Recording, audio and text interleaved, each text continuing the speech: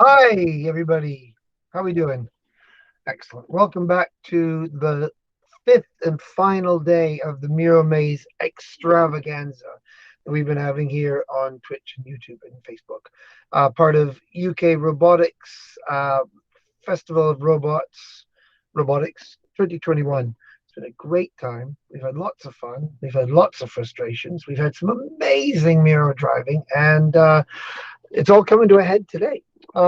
We've got some really interesting stuff for you today.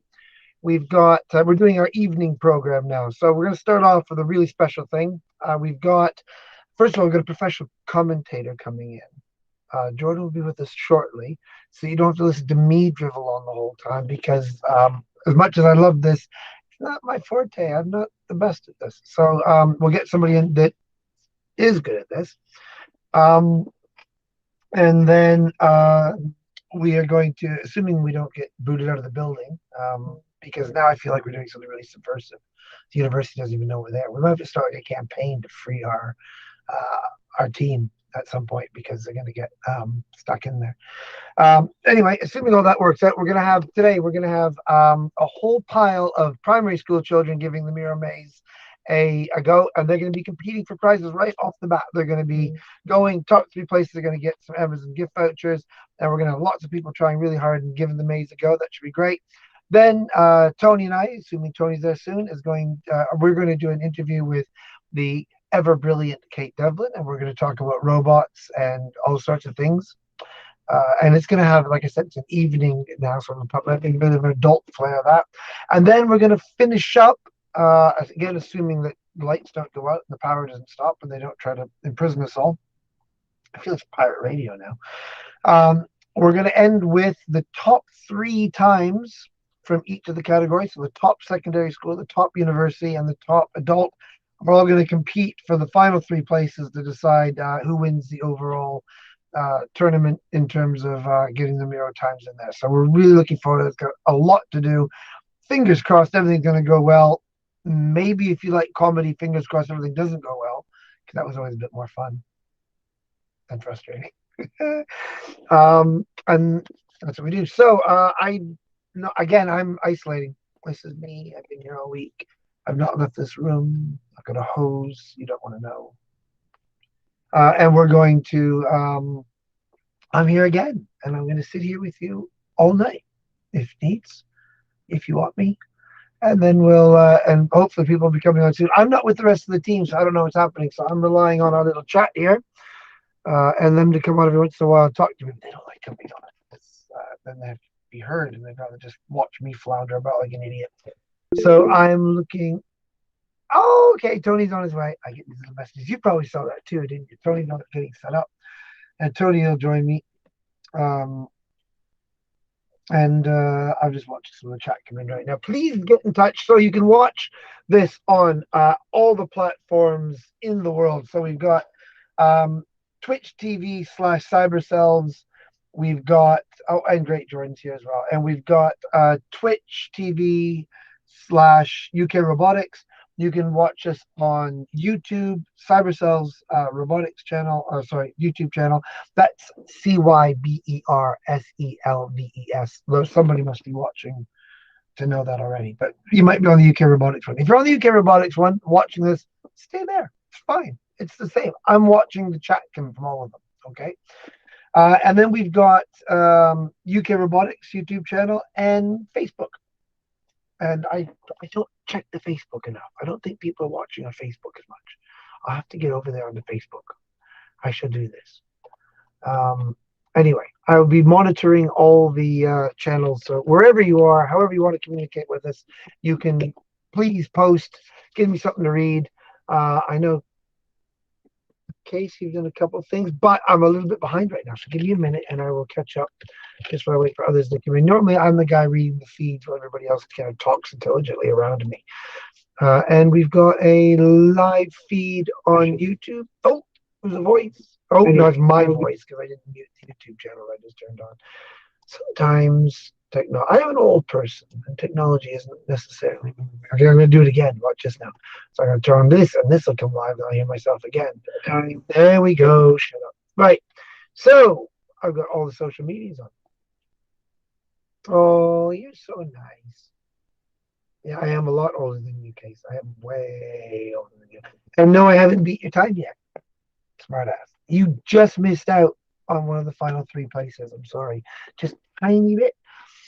By seconds. And but you know what, we'll do this again, and you know, in the meantime you can keep practicing and we'll set it up for you. And you know what, we're gonna, I think next time, oh, you know what I'd like, anybody who's been with us all week, can you please let us know what you'd like to see next time, because we're doing this again, because there ain't no way we're not doing this again. I've had too much fun. I've not been there. I think if I was there I could have caused a lot more havoc in a good way and enjoyed myself a lot more. So we're doing this again. I think we've had fun. We got it as the audiences and crowds get bigger, the numbers swell to the 4, 5, 6 digits. We're going to go viral. So anything, I want to create a movable maze next time. Not that the bits actually move, but you come on day 1, it's a maze. You come on day 2, it's a different maze, etc., etc. I think that's a really interesting idea. So right now people are getting a little too good at, you know, okay, I know how to corner this bit. But what happens if you got to do it? I'd like to have a different category next time for everybody that has a VR headset. They could try doing it in an immersive way. Right now, we're just doing it with your browsers because most of us don't have VR headsets yet. I got a couple actually, but I want, because that's my job, right? But what I want to try is I want to have it so you can actually have an immersive one. Maybe get some haptic feedback going, so when you run into those walls, even if you just got little controllers, it gives you a bit of a shock. That'd be nice. Not like a shock, you know, a bit of a haptic jolt. It's a bit of a vibration to let you know you've run into the wall. Silly, turn around. That might preserve the robots a little bit as well. It is funny watching myself a second behind where I am now, and then every once in a while I start going like this and go, why did I do that? Oh yeah, I was talking that. Okay. So let's see here. Maybe next time, don't show the maze from the tops of the stream so people can't work in events. The way to go. Exactly. They did that. Now, were they doing it when you did it? Because when I was doing trials, they were amazed I was doing some little negotiations. Now, I cheat because I designed the maze. So I know the turns already. That doesn't mean I'm any better than you. You still beat me. But at one point, somebody realized that I was actually not driving looking at the screen. I was driving looking at the overhead view. And they knew because there was a bigger lag. Daniel's got it pretty nailed down on the laptop lag like that. So that's pretty cool. Daniel, are you live? Are you with me? Yes, I'm with you. Excellent. Do we have contestants lined up, Daniel? And Yes, Tony? we do have contestants lined up. We're still waiting for the contestant, which is up first at 5:15. But before that's but we will we'll slot someone in first if that contestant does not show up. Okay, we have somebody ready to go then, do we? Yes, we do. Excellent. How is things over there? Is it still as exciting as it's been all week? Sorry? Is the atmosphere there just as excited as it has been all week? Yeah, it looks all good here with the MiRo. He's ready and amped up to start whizzing around the maze. Got our fastest contestants lined up for later today, and a set of students before that. This is great. So where are our students from? Can we Tony, can you talk about the students a little bit? Can you give me a second? Yeah, I can do that. Well, whatever you guys sort yourselves out. So are we going to get kicked out? Is the power going to go off? Are we going to have to barricade ourselves in and feed you guys by dropping food in from the skies and stuff? I got some drones. We can do that. Hello, can you hear me? We can hear you, Tony, loud and clear. Okay.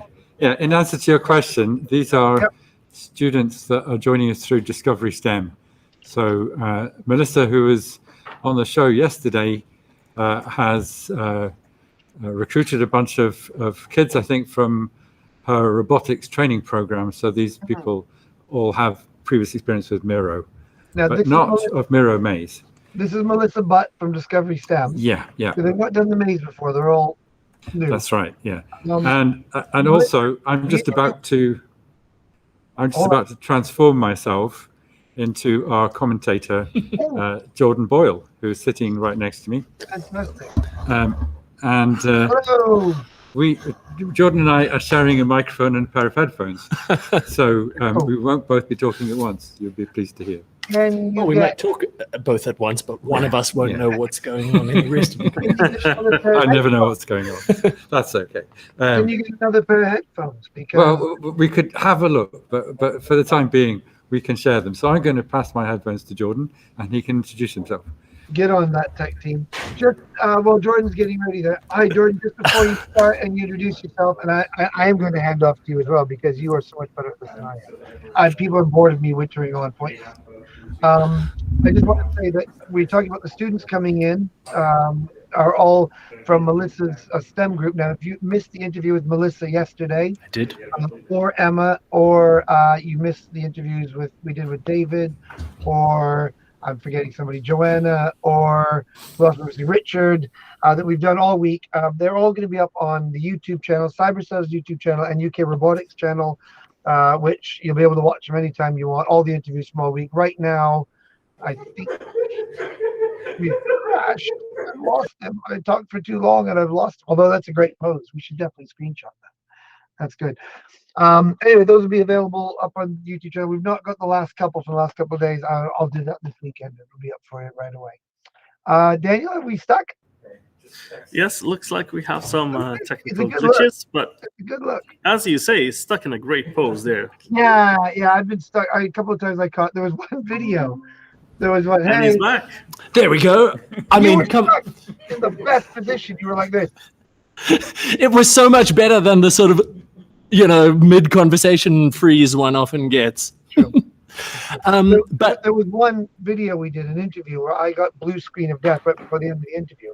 When I got the interview back, I froze it. And I was like this. So at the end of the interview, everybody's saying goodbye, and I'm just like this. Well, anyway. I mean, what is a robot-related demo or activity without some technical difficulties? So, I mean, this is how you know we're all professionals here. Wouldn't be robotics.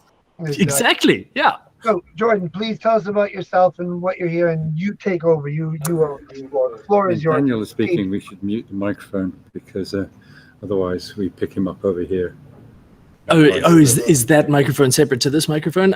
He's got his own microphone, but where we get picked up on both microphones. So when you're not speaking, just mute. Okay, but I was asked to introduce myself, which kind of requires me to speak at this moment. So, hi, I'm Jordan Boyle from Leeds University School of Mechanical Engineering. I'm an associate professor there.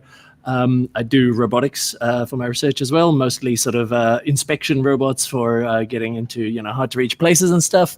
But I'm very pleased to be here for the MiRo Maze today. Looking forward to it. I got to try it out myself on Wednesday, I'm overwhelmed so far by how smooth and well organized everything is. I'm slotting right in. Oh yeah, we smooth. Yeah. We smooth. Perfect. Smooth like crunchy peanut butter. Right. So Daniel, do we have a contestant lined up? Yes, we do. I'm going to get them connected to the robot. Right. And I'm going to I'm going to let Jordan lead the commentary, rather than me just shouting pointlessly, going all the time. I'll do my best.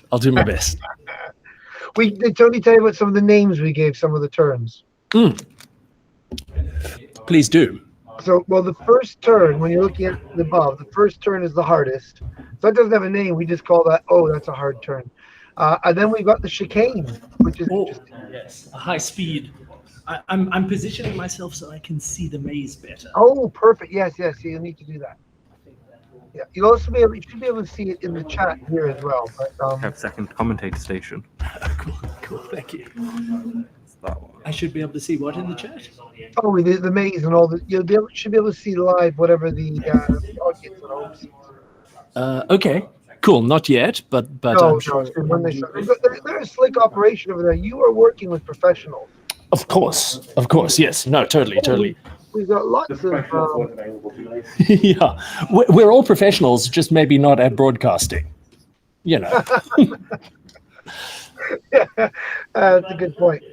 No, I got to say, I haven't said it, if I haven't said enough, a million thank yous to the team that are there this week. Partly because they've been brilliant, and partly because I haven't been able to be there. So they've had to be brilliant without me there, which is harder for anybody. Indeed. I mean, the brilliance quota in a room goes down by 13% when Michael's not there. So true. It's true. 13 is generous. I would have said 11, but I'm very grateful. I'm a humble man. So yeah, we got lots of happening on the chat on Twitch for Cyberselves, which is kind of nice. So keep it coming, guys. We will keep reading everything you say. Oh, and Claire's come on the UK Robotics YouTube channel. Claire says best frozen pose of all time as well. It really was. Like, I might, that picture like that of me, that's like it's gonna be my thing. We'll get that. We'll take it and we'll send it to you, and you can just do your thing. We have action. Things are happening. I believe we have our first contestant mind melding with MiRo right now. Do we know who our first contestant is? Do we have any? I go to Daniel for that information.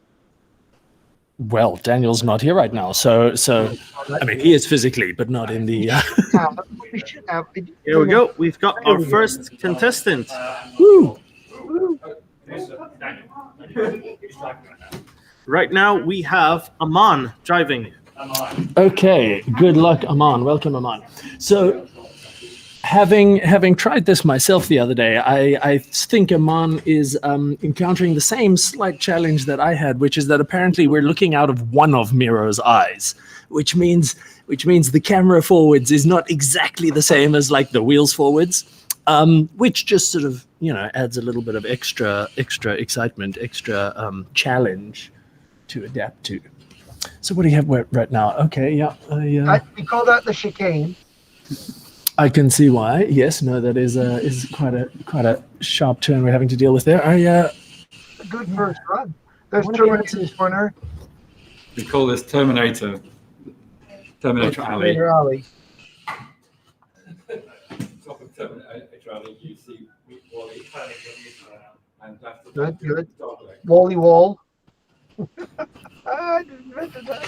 Pretty good though. Oh, right. Yes, I think they were saying that you were muted. if you're Connor. I mean, Oh, but you're picking up on. Yes, cool. Okay, yes, Same with exactly. everybody, but Exactly. No, that works absolutely fine. there we go. Right. So I think we're on what is almost the home stretch at this point, with just a little bit of corner feeling one's way along the wall going on. As is around the natural. dog leg. Lovely. That's a new name. Is that what we're calling the last one? Yeah. No, that seems sensible. It's a bit shy. Yeah. Okay, there we go. So I imagine that what was it? We're going. That was the dog leg. Amar, Now we're going Amir. for the checkered flag. And the checkered flag is the chessboard at the end. Yep. Woo! Okay, excellent work. That was a very good first Under one. 2 minutes. Much better work from the driver than from the commentary team right now, but we'll we'll settle in.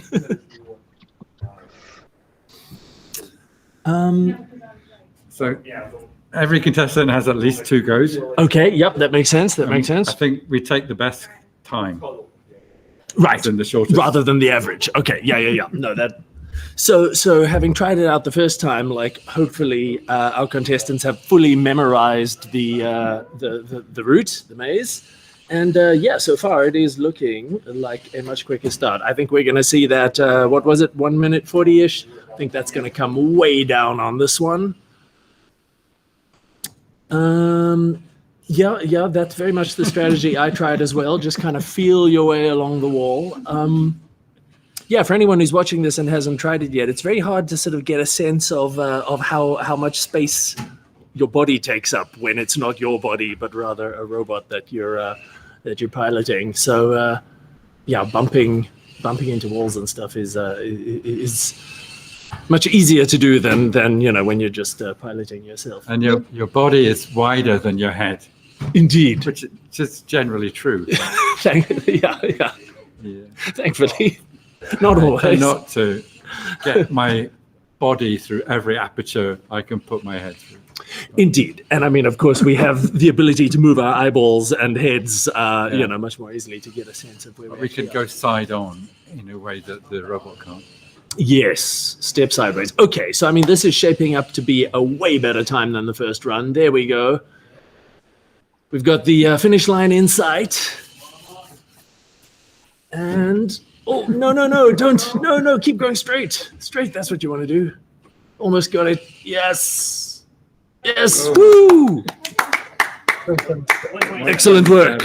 That's the new fastest time on that on this course for the primary age.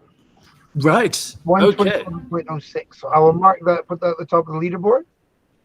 Right. Do we have we need a leaderboard. Do you have a leaderboard there at home, Yeah. Michael? We have a leaderboard, and there it is. Okay, cool. I see now. Yes. Who is this that's doing it? I just wanted to check. Is this I have no idea who it is. Daniel? Is it Ali? Is it still Ali trying? Yes. Aman. Aman, sorry, Aman. Aman. Third attempt up for Aman.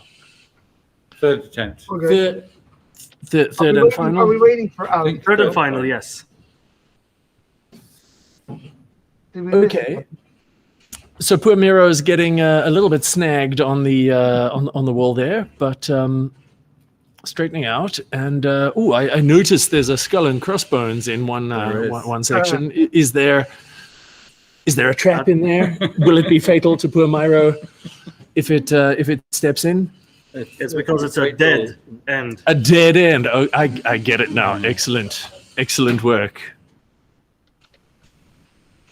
So, Tony, you were heavily involved in the designing of MiRo, weren't you? Indeed, yeah. So I noticed that. Well, firstly, do you think of? Hey, there we go. Much even better. Better. Do you think? 15 seconds off the time. Yeah, that was a huge improvement. Do you think of MiRo as a he or a she or neither? Oh, that's a very good question. It should be a neither, but we give all our MiRos pet names, Individual MiRos, right? Okay, and yeah. those tend to be gendered. Okay, yeah. But this particular MiRo is out of this cupboard behind Yep. you, Yep. which is full of mirrors. And Oh my goodness! Look at all those mirrors. I think it's So cute. MiRo 9. That is so- a catchy and fairly gender-neutral name. Yes.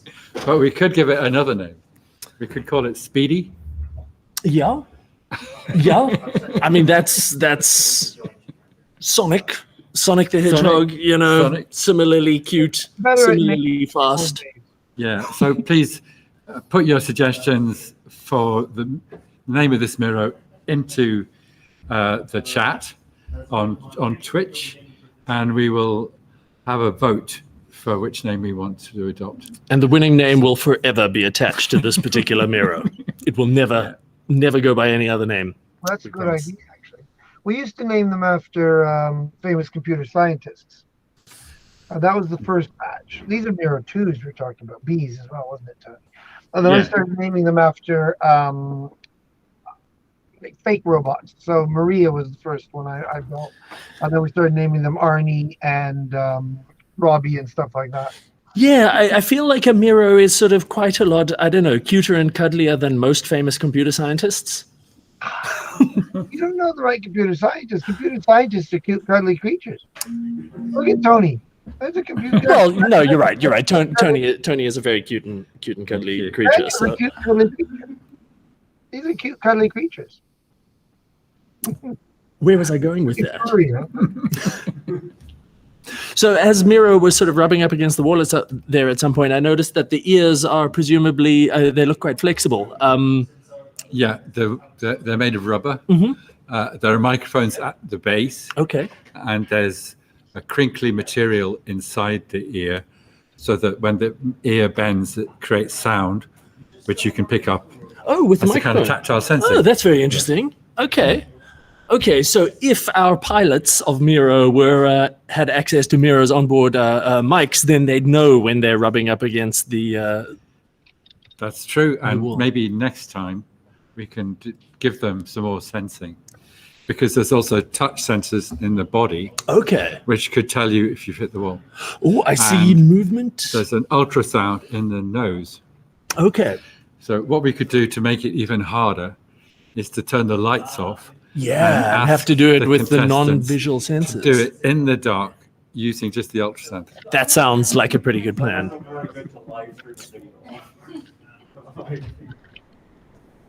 So, Actually, just cut the video footage on the robot and just go through that. so I see MiRo moving, nodding up and down. Do we have a new contestant on board yet? Oh, there we do. We have action. Battle stations. Oh, We start the clock when they cross the line. MiRo's head appears to be looking very much to the right, which I imagine is making this a little bit more challenging than usual for our esteemed competitor. So we now have an Archie controlling the robot. Hi, Archie.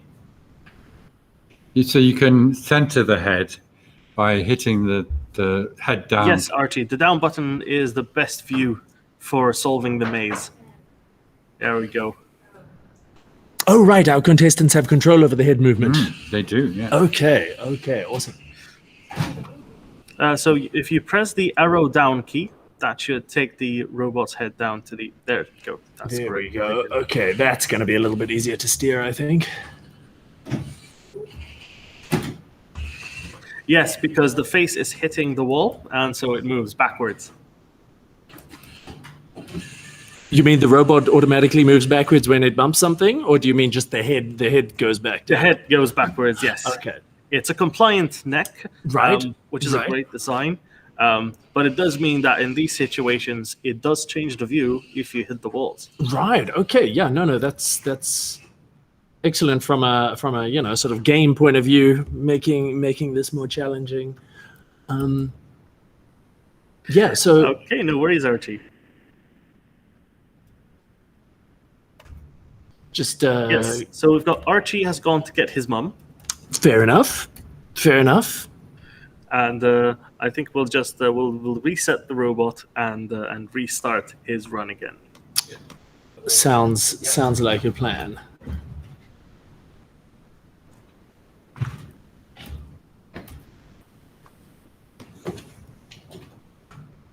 So do the contestants know like the shape of the maze at all, or are they just having to figure it out as they go? They need to figure it out as they go, unless they've seen our past live streams, especially the top view.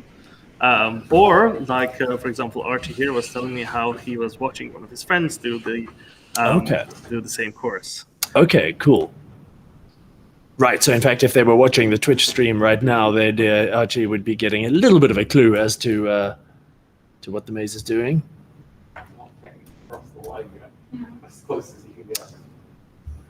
I think.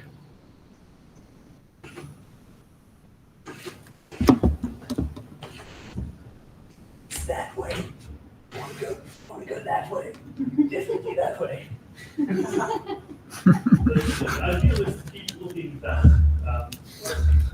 Thought I might try and give a hint there, but I'm not sure if it worked.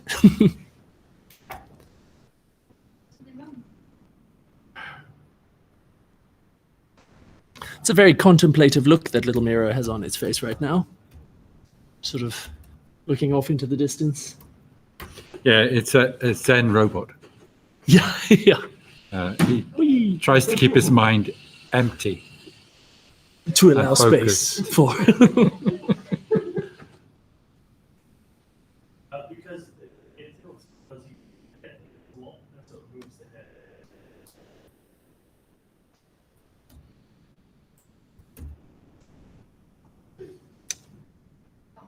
Yeah, and if you hit the count arrow. For anyone who's wondering, there's MiRo having a little look around.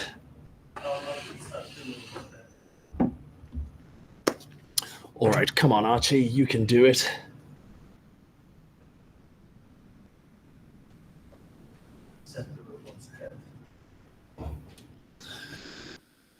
What outside assistance being called in to reset the head? There we go. Eyes open. Yes, yes. Having your eyes open while you're trying to navigate the maze is definitely a good idea. Okay, third time's the charm, Archie. All right, take it away. Yes, exit teleport, refresh it, connect to the room.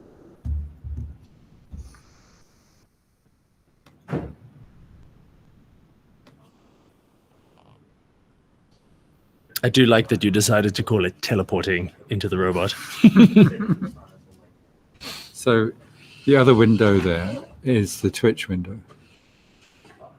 That's right, what's okay. streaming. Right, which is a couple seconds. And so you can type in there and talk to people who are watching the stream. Okay, goodness. All right, yes. Um, Yes, why not? But don't listen to that stream because it's about a Noticing. 2-second lag. Yeah, which will super confuse me. Yes. Cool. Hi, MiRo. And Archie. All right, let's see if anyone has...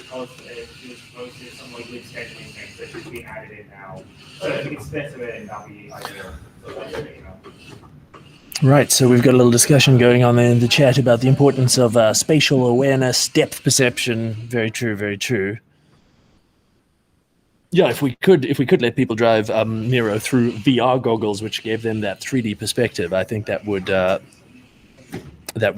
help a lot. Joxley is trying to think of good one-eyed character names. Wednesday from American Gods, otherwise known as Odin. There's a good.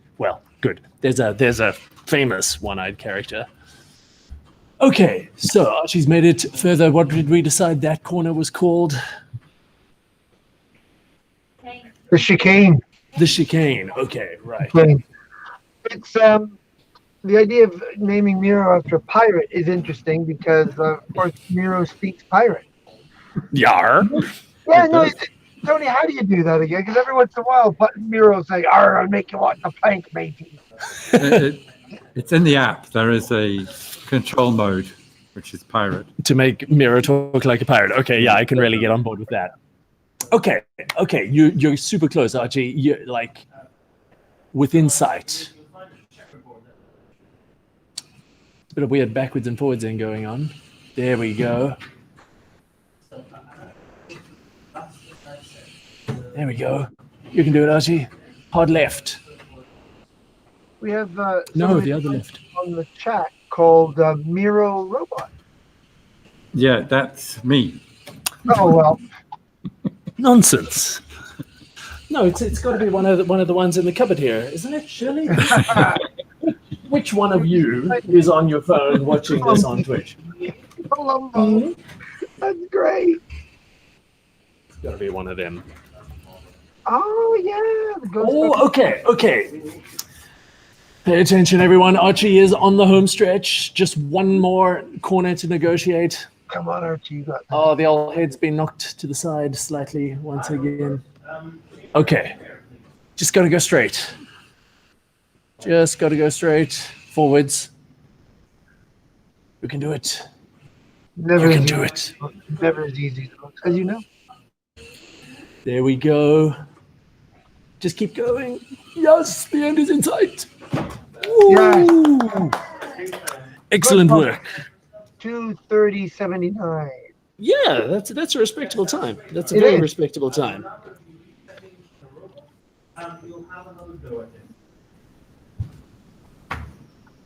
Do we know what the overall world record for MiRo Maze competition is yet, Michael? Yes, right now I can reliably inform you, looking at the chart here, that the favorite going into the grand final later tonight will be Josh O, who led the adults and, in fact, everybody, including all the organizers and staff locally based, with a time of 25 seconds. Whoa, that is an insane time. I am going to be very keen to actually see that myself. Yeah. Make sure that there was no cheating going on when that first time was posted. That beat Daniel, who's right there beside you, and in fact he's good at this stuff, who got 29, which I believe is the first under 30. That's good. A dark horse is the secondary champion, Jonah, who kind of surprised everybody with a time that shaved about 15, 20 seconds off the previous best of 32 seconds. So he's I should be paying way more attention to what's actually going on here. Who is piloting right now? Because they are good. Is this Archie still there? Is this Archie having a second go? Excellent. Huge improvement there, Archie. You're gonna like cut your time in half and then some. And then some. Yes. Yes. So close. Keep going. You can do it. Ooh. One. New best. 106.73. Now that is excellent learning demonstrated there, young Archie, because, I mean, let's be honest, you had a little bit of a tough time with your first run, but that second one, boom, so much better. Blew it out the water, really getting the hang of it. So I assume this is third and final run. Why was it?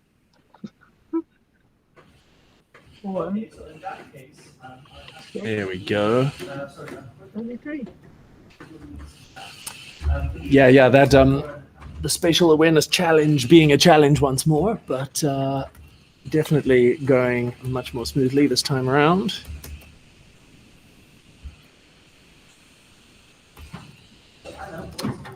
Okay, avoided the dead end. And approaching what I think we decided was called dogleg, the final corner. Yeah. Okay, there we go. There we go. Gonna beat their personal best. Yes. Okay. There we go. Now that is business time. 50 seconds. 50.00. That is some quality piloting going on over there. There we go.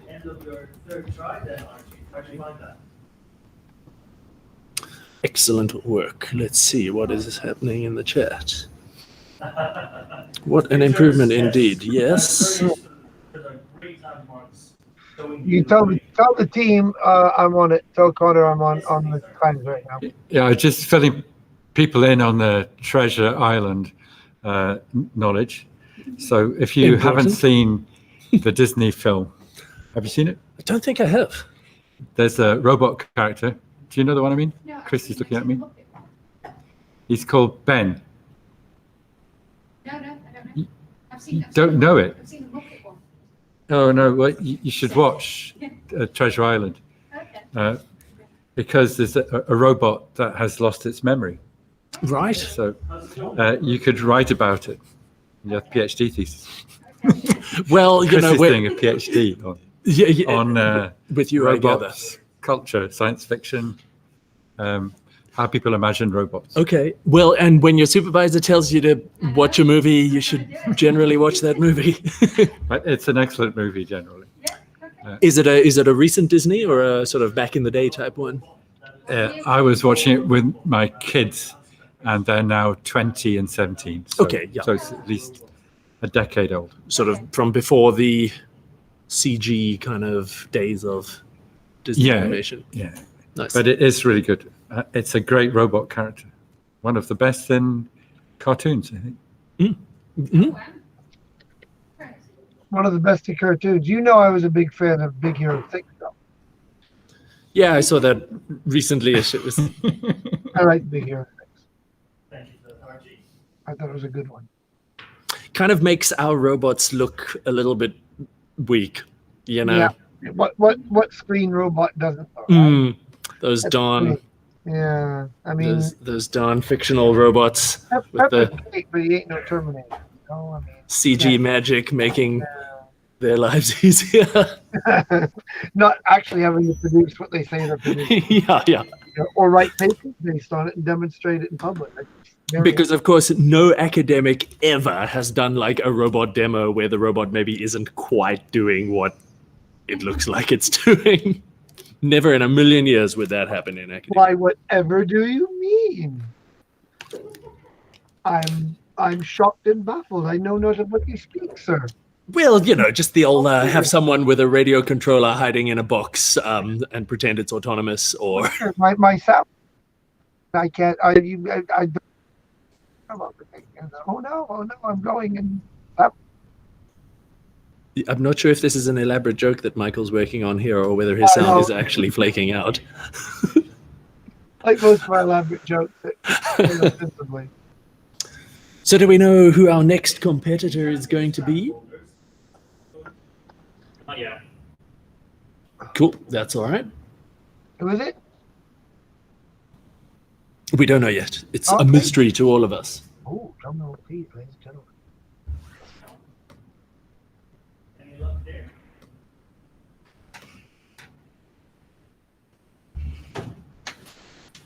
Oh, they're plugged in. I was meant to show. There we go. That's Ben. Oh my god. And the film is called Treasure Planet. Treasure Planet, not Treasure Island. Okay, that Yeah. And I won't tell you the plot because it would be a it'll spoiler. spoil it. But That's it's a a cute special robot. kind of planet. Must have some very high quality alloys in those shin bones. And Long John Silver is a cyborg. Okay. So this is Gotta see this it. is not your grandmother's Treasure Island story. This is a reimagining. It's been adapted from the Robert Louis Stevenson original. Excellent. But there was a character called Ben Gunn yeah. in the original who lived on the island and had lost his mind. Okay. So this is Ben, B.E.N. I don't know what it stands for. We should find that out. Yeah, I bet it's an acronym for something.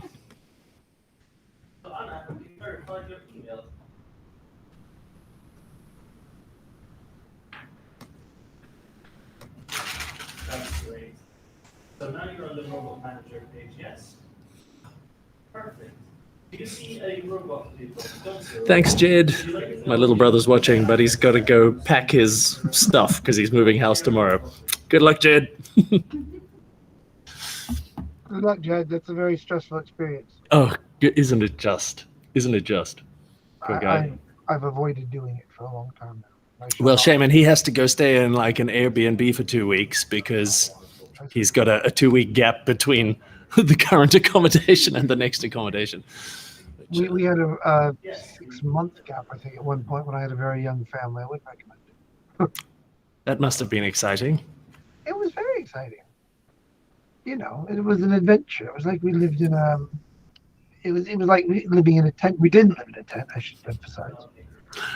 It was like, you know, it's kind of a house. You mean you didn't even have a tent? Shame. Yeah. So, we lived in a shoebox. Yeah, luxury. When I was a boy, we had to pay the mill owner to work, etc., etc. Yeah, and when we got home, they would thrash us to death Yes. if we were looking. And I'm not doing my best Sheffield accent there. I can do better. But Michael Palin might be watching and he'll be disgusted with me, and I don't want to. You don't want to make Michael Palin cross. He's a vicious man when he gets angry. I can imagine. Hunt you down. He knows where I live. He knows where everybody in Sheffield lives. Like all the great Sheffield celebrities. Bill Murray knows where everybody lives. Does he? Yep. He just knows where everybody lives, and like if he wants, he can just turn up at your house, and you know. How did you tell him? I've sent him so many messages. Clearly, you're not doing something to stand out, you know, and attract his attention. But Bill Murray, if you're watching Twitch right now, we'll clear the schedule. We'll make space for you if you want to come. I'm looking at this. I don't see how he's not watching the visitor, the number of people watching this right now. One of them has to be Bill Murray, of course. I mean, Bill Murray. It's like there's so many people watching. There's only so many beings on the earth. Chances are one of them is Bill Murray. Totally. That's just how it works.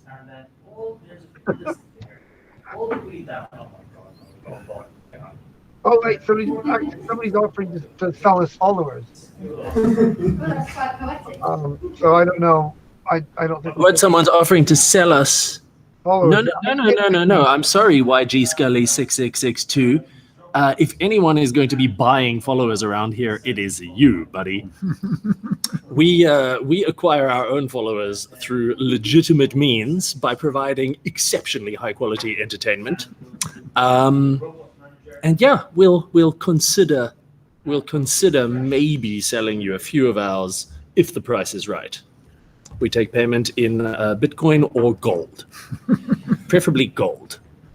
Got to drop it off. Yeah. Put it back for driving.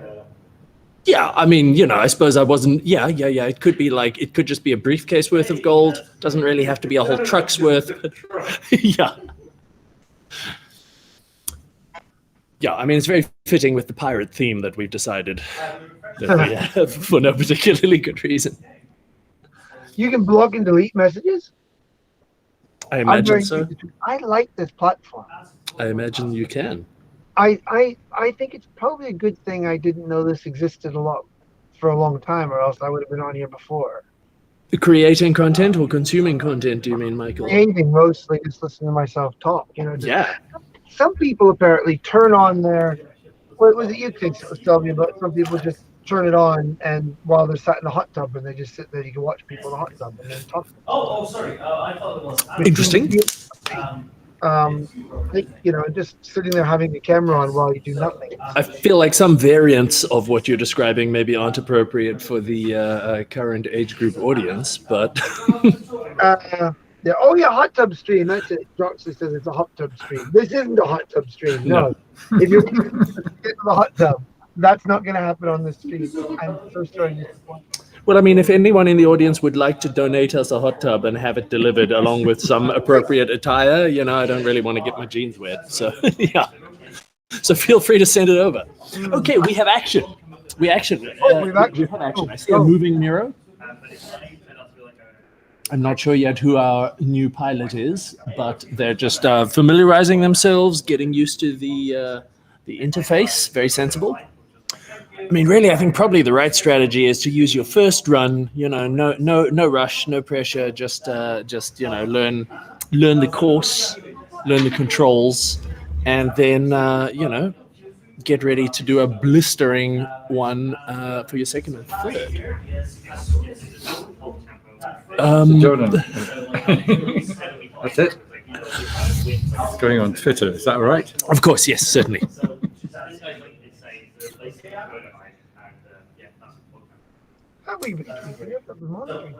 Well, so after getting my hopes up with a little bit of movement and excitement there, MiRo has gone back to sleep temporarily. Gone back into meditation. Yes, yes, indeed. Deep meditation. And there we go. We are tentatively making our way. Oop. There's the old monocular vision factor. It's what Buddhist monks do. Having a bit, contributing to the situation. Just announcing the contestant now. We've got Anna in there controlling Anna. the robot now. Okay, welcome, Anna. Welcome to MiRo. Okay, only 13 seconds in, and no, not bad, not bad. After you, Daniel.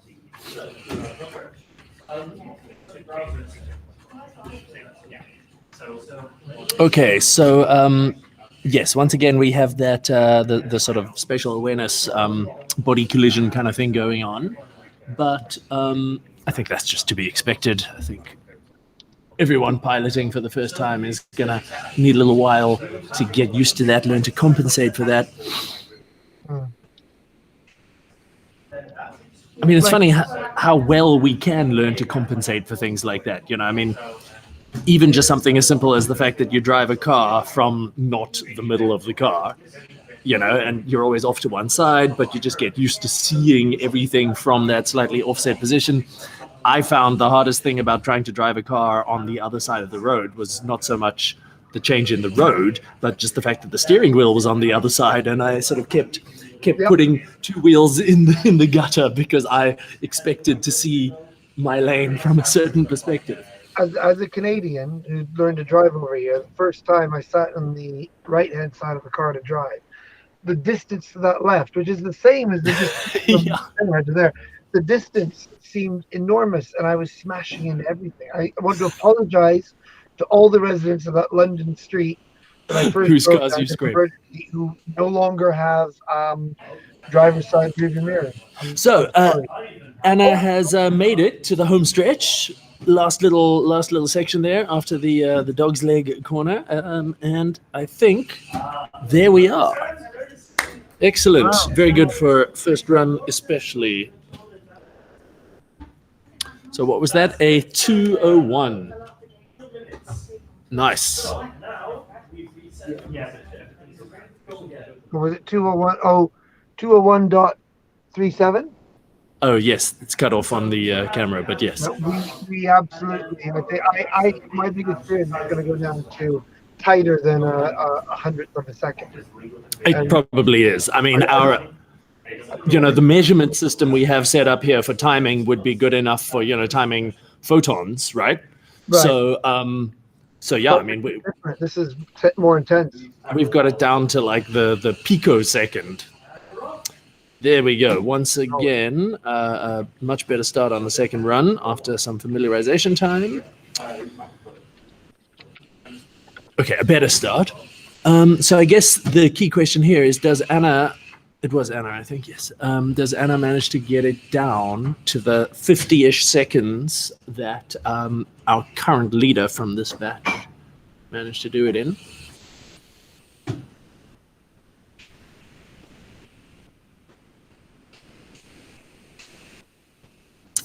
Yeah, I guess another challenge is that one is piloting this robot using sort of keyboard keys rather than an analog input device, which means all the sort of turning and stuff, it feels like it's kind of happening in increments, rather than being sort of smoothly controllable, which definitely leads to a bit of over or under steering at times, I think.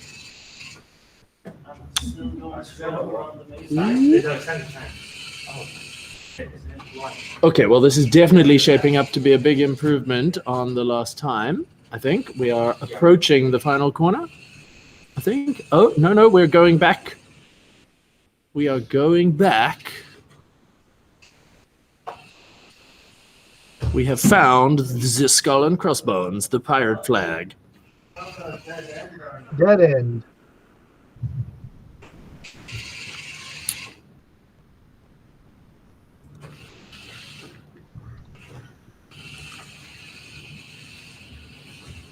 Okay, I mean, maybe this is a new strategy. Maybe, maybe the thinking is if we run the maze in both directions, we'll have like a clearer picture of what the maze looks like in our minds, ready for like a sub 30-second final run. We've seen dumber, haven't we, Tony? Certainly. I don't know what you're referring to. Your best time, Tony? Oh, Well, I was going for the record slow time. well, you succeeded admirably. Actually, no, you failed because somebody else is slower than you. Look at the leaderboard. Sorry. Wow, you failed to fail. Wow. Okay, so Mira's just like hanging out on the corner there a little bit. Oh, just hanging. Just hanging.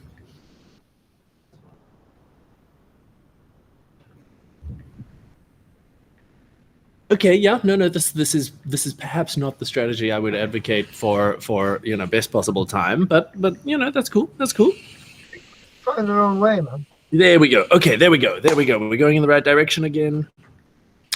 Come on, MiRo. You can do it. Avoid the skull and crossbones. Excellent. There we go. Just snagging a little bit, but not too much. Nice. Sharp left required. Boom. There we go. A little bit of a correction.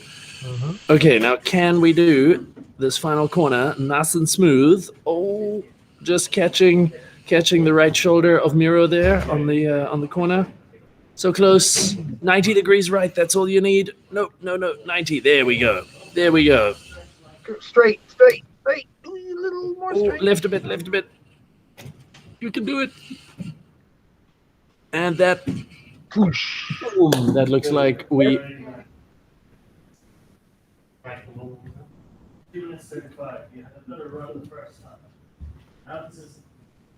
So, third and final run for our current contestant. I think there's maybe sort of the equivalent of some pool sharking going on here. The pilot has a bet with someone that they'll be able to do it, under a certain amount of time. The last one was just that, oh, look, I'm not very good. Oh, don't you want to bet a bit more? And now this time it's just going to be boom. Yeah, so it was. Totally. There we go. Nice and smooth around the first corner. Nice and smooth around the second. Oh, there we go. Perfect line on that last one. Slightly less perfect line on this one, but there we go. Yep. Okay, nice. Now we just got to dodge the pirate flag.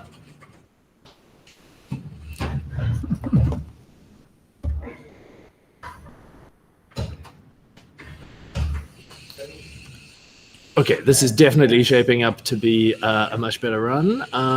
There we go. Just one corner to go. Need to straighten out a little bit. Ooh, just turning a little bit soon there. Okay, here we go. Is it going to be... No, don't go back out. Go back out. That's not going to be good for your time. Is it going to be sub 1 minute? Oh, 101.03. That was a quality run. A mere 10 seconds behind our current leader. So, excellent work.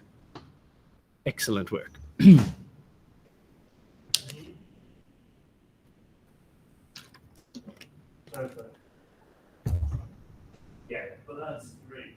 You did great. Thank you for coming in today. Totally. Yes.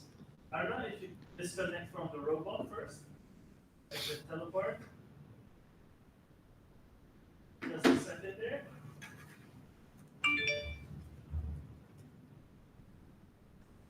Okay, have you exited our room?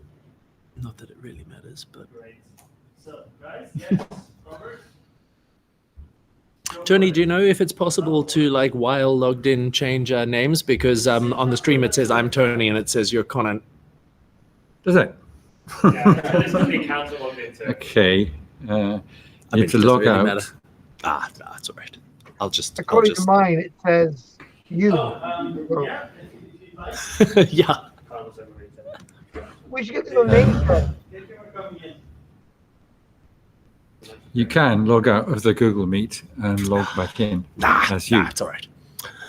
It's all right. So- It Seems too much risk of We something could going swap wrong. screens. Yes. Oh, so that you're you at least. You would be. I would be Connor J. Nichols. That's Connor. Hi, Connor. I'm impersonating you.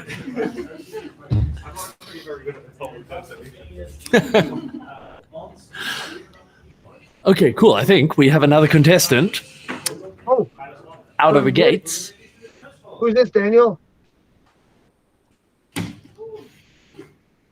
Shame. Poor Myra's gonna need. So need now some we've got paracetamol. Robert controlling the robot.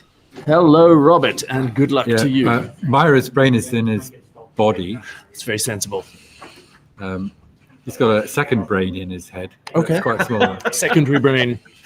You see now why it was so difficult not to hit the walls, but you're doing great there. The original MiRo had 3 brains, Okay.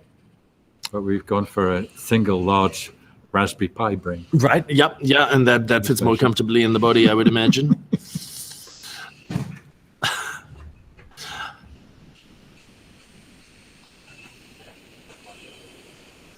I'm having to be mindful of the fact that this is a family pre-watershed event. Ooh, that was such a headbutt there. That was a headbutt. Some ibuprofen will be called for later, I think. Super close, though. What's frozen? Oh no! Yes, there was a glitch in the internet connection Matrix. actually, and restarting the robot now. Sorry about that. Oh, it's Yeah, so so close. reset the run. Of course you do. Yes, you still have 3 tries. So if you refresh the browser and teleport into the robot again, please. Good old technical difficulties.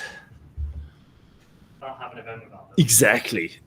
How dull life would be without technical difficulties. So the Mars rover is called Perseverance. So we could think of a similar name for MiRo. And a name for being dogged. Yeah.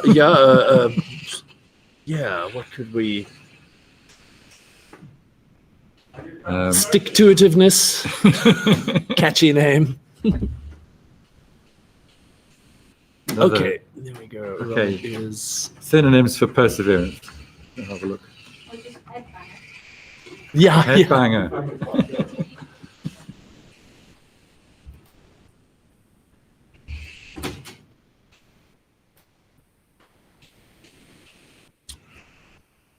Okay, so our pilot Robert is just made it around the chicane. Woo! Nice little twirl there.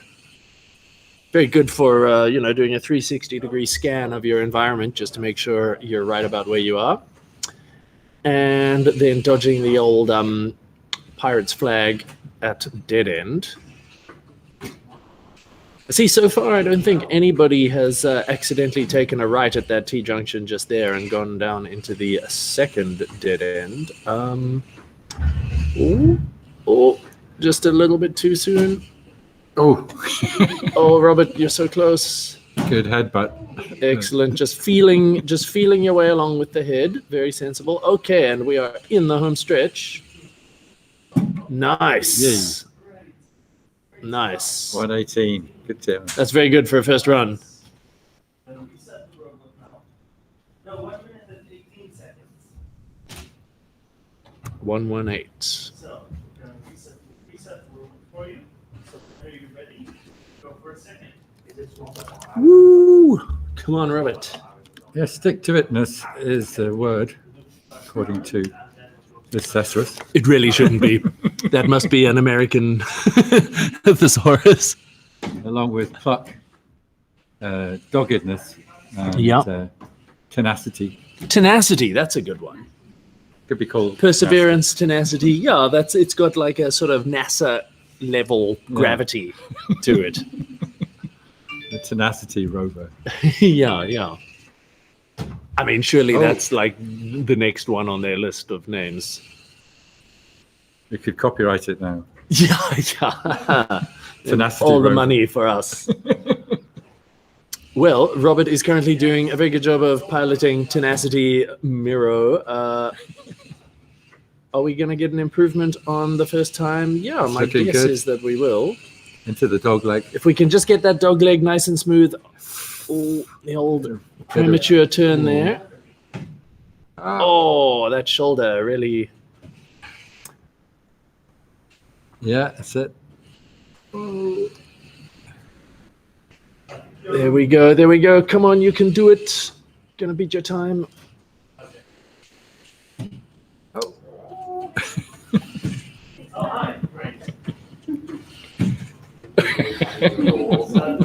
So Tony, how would you? What's the term you use for the sort of? Yay. Yes, there we go. There we go. For 6 more seconds the after style time. of robotics that you do here, I mean, I suppose I think of it as like social robotics, but robots, designed to interact with people and stuff. Yeah, it's biomimetics, so it's It is some, yep. inspired by nature. Yes, It's appearance at least in this case. Yeah, animaloid robots as Yeah. opposed to humanoids. yeah, It's companion robots. yeah. Because so where I was going with that is, I mean, so obviously that's the context in which MiRo was originally designed, Yeah. and therefore various decisions were made, I suppose, to sort of make more. Well, it's an education platform. Yes. So we're doing education robotics. Okay, cool, and cool. right now we're learning about robot steering Yep, and sensing. yep. It's an assistive robot. So imagine you had a fall in the home Yep, and you had a mirror, yep. and you could phone somebody, but you couldn't Get to you. otherwise get up and do anything. Okay, yep. So we could remote control MiRo Uh-huh. to come to where you were and see if you're all right. Okay, yeah. No, Maybe administer some very basic first aid. Yep. I don't know. Well, I could certainly see that working in the context of, someone who has a critical medication that they might need Yeah. or something. MiRo We could could very bring easily that. carry. Yeah. He could have it on his collar. Yeah, like a Saint Bernard with the little flask of apocryphal whiskey. flask of whiskey. Your best time, Robert. Now, off to Aaron.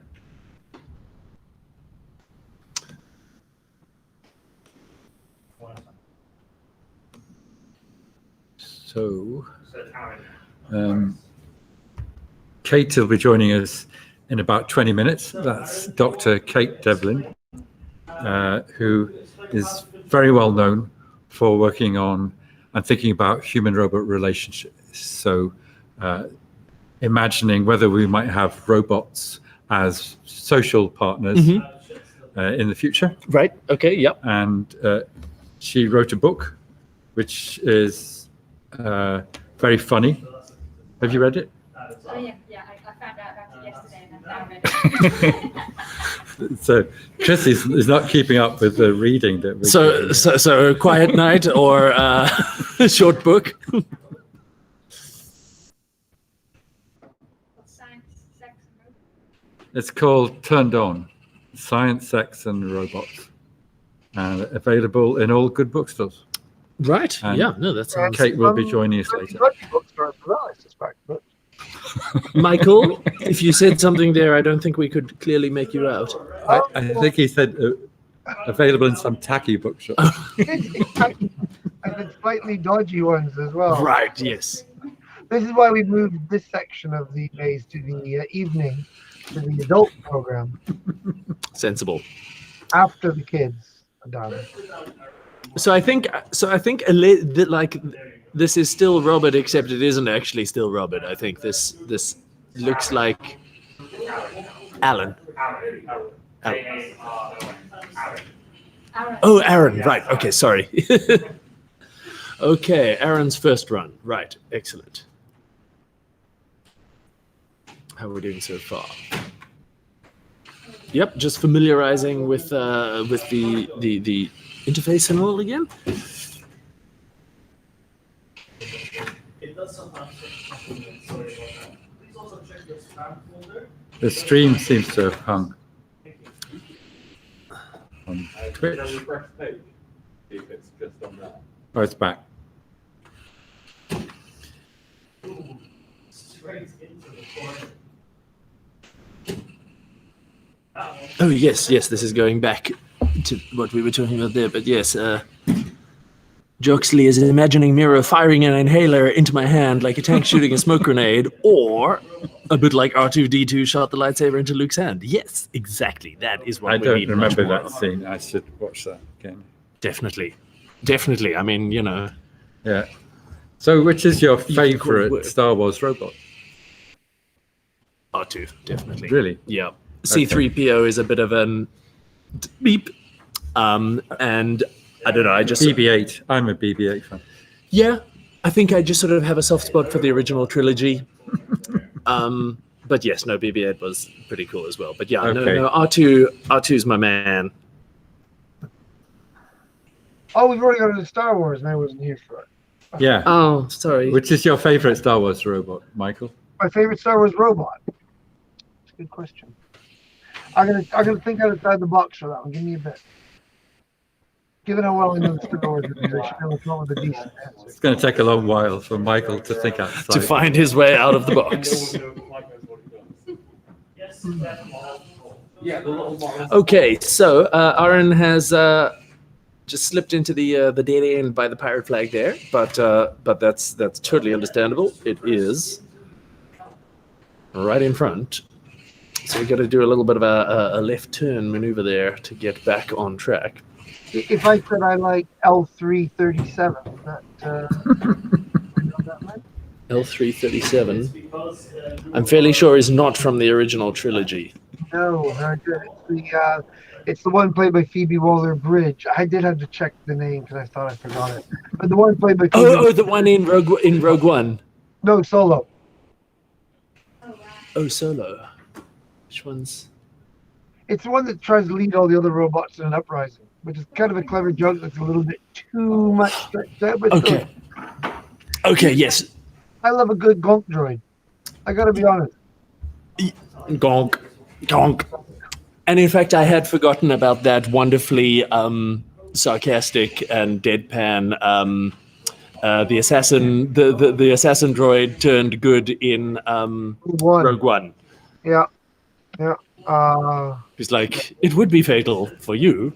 I can survive vacuum. H2SO, that's right. Oh, it's brilliant. Well, actually, yeah, that wins. yeah. That I totally the whole forgot about that robot one, actually. uprising thing with Phoebe Waller-Bridge, that's clever, but almost a little. I say that as someone who really likes Solo. I thought Solo. Yeah, I liked it as well. Yeah. Watch the Twitch comments come in now. Oh Oh my! yeah.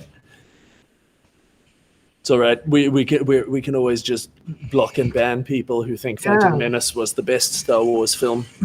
Well, here's the thing, right? Ow. My kids, my boys, right, 17 and 15, think the original, the prequels are superior to the original, the OT they call it. They refuse to accept the existence of the sequels. If you say Episode 8, they say they never made an Episode 8. I realize this is your flesh and blood we're talking about, but I mean, I know, but what can I do? What can I do? People can disappoint you in all sorts of ways. okay. So, You brought them up to deny reality. Probably massive Star Wars fans. I mean, they know this stuff, right? But I mean, to be fair, you know, Ray Palpatine. Spoiler alert: Ray Palpatine. I was, oh come on, really? oh yeah. So Yeah. Michael has a Sigmund Freud doll, which helps him with some Can you put it on good camera? advice. Can we get Oh, is Sigmund? it a bobblehead? Okay, right. Okay. Hi, Freud. Nice to meet you, sir. If you ask him questions, he can answer. Dr. Freud, who is your favorite Star Wars robot? It's gonna be yes or no, Tony. Unless you want me to do the voice. Dr. We want the Freud, voice. is your favorite Star Wars robot C-3PO? I actually kind of think it probably would be, because C-3PO is by far the most neurotic, most likely to have mother issues, and Good point. Yeah. Absolutely. Good shout, that. Very good call. Tony wants me to do the voice and get us all into a lot of trouble. But Freud sits over my shoulder. My wisdom. Do we know what Freud's voice sounds like? Yes, he was a Viennese. Yeah. I'm not doing it. I haven't had anywhere near enough to drink yet. Hey. Hey, Freud's happy. 5 minutes and 51 seconds. I think we set a record. Okay. I think we did. Perhaps Yeah, not Foucault. the type of record that one typically endeavors to set, but It's good. So what does Foucault sound like when he's talking? French, Fluka. very French. Actually, there's one of my favorite videos that I watch repeatedly, and this shows what level of geekdom I'm at. After, I think probably one of the videos I've watched the most in my life after episode 4, 5, 6, and then Rosencrantz and Guildenstern are dead, is the Foucault-Chomsky debate that they had in Holland. It's Right. I will need to Google this and educate myself.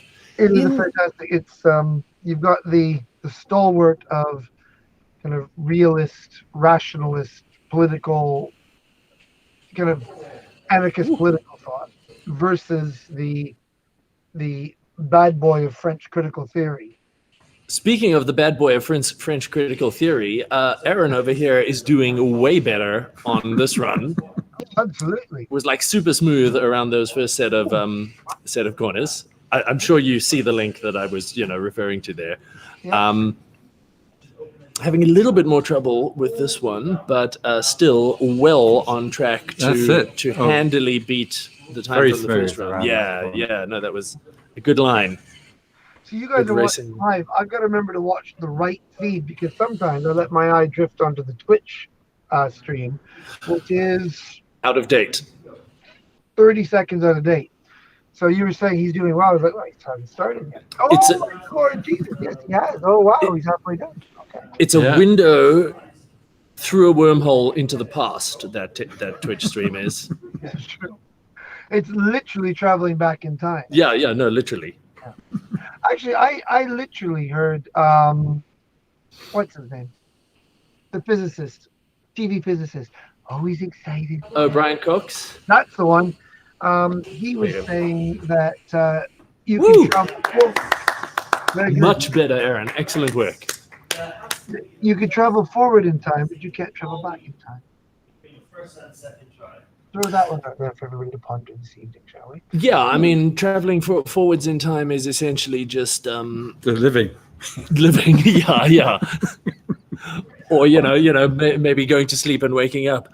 Whoa, I'm in the future now. Kinda, yeah. Because he says, I only caught a few minutes of it, but we're always going forward in time. Yeah, So but the rate at which we go forward. you just go faster. Yeah. Yeah, no, that makes total sense. If you could slow down how fast you're going in time, or speed up how fast you're going forward in time, relative to anything else, the illusion of going forward in time. Yeah, I mean, if you could slow down how fast you were going through time compared to everyone else, then you'd be like the one character in one of the recent superhero movies who's like really fast and perceives the world in super slow motion. Yeah. It's not actually the Flash. It's Oh, the other guy. the Marvel equivalent of the Flash. Quicksilver. Yes. Yeah. Yes. Total fanboy for just about every multiverse thing. That scene from the recent-ish, my memory, but yeah, that bit where Quicksilver like runs around the room and yeah, Quicksilver. That's the name for MiRo. yes. There you go. Quicksilver. I think we will use Quicksilver as the name for the MiRo that our reigning champion pilots Right. later on. Very good. Very good. I don't know if you've noticed, but on the Twitch stream, we've got quite possibly, I mean, it's going to turn nasty, I suspect. Does General Grievous count as a robot? I mean, No, Jesus. obviously not. Well, but good one. He starts off as flesh and blood creature, but gets pretty much transformed into a robot. I mean, where Well, do you he's draw a the line? cyborg.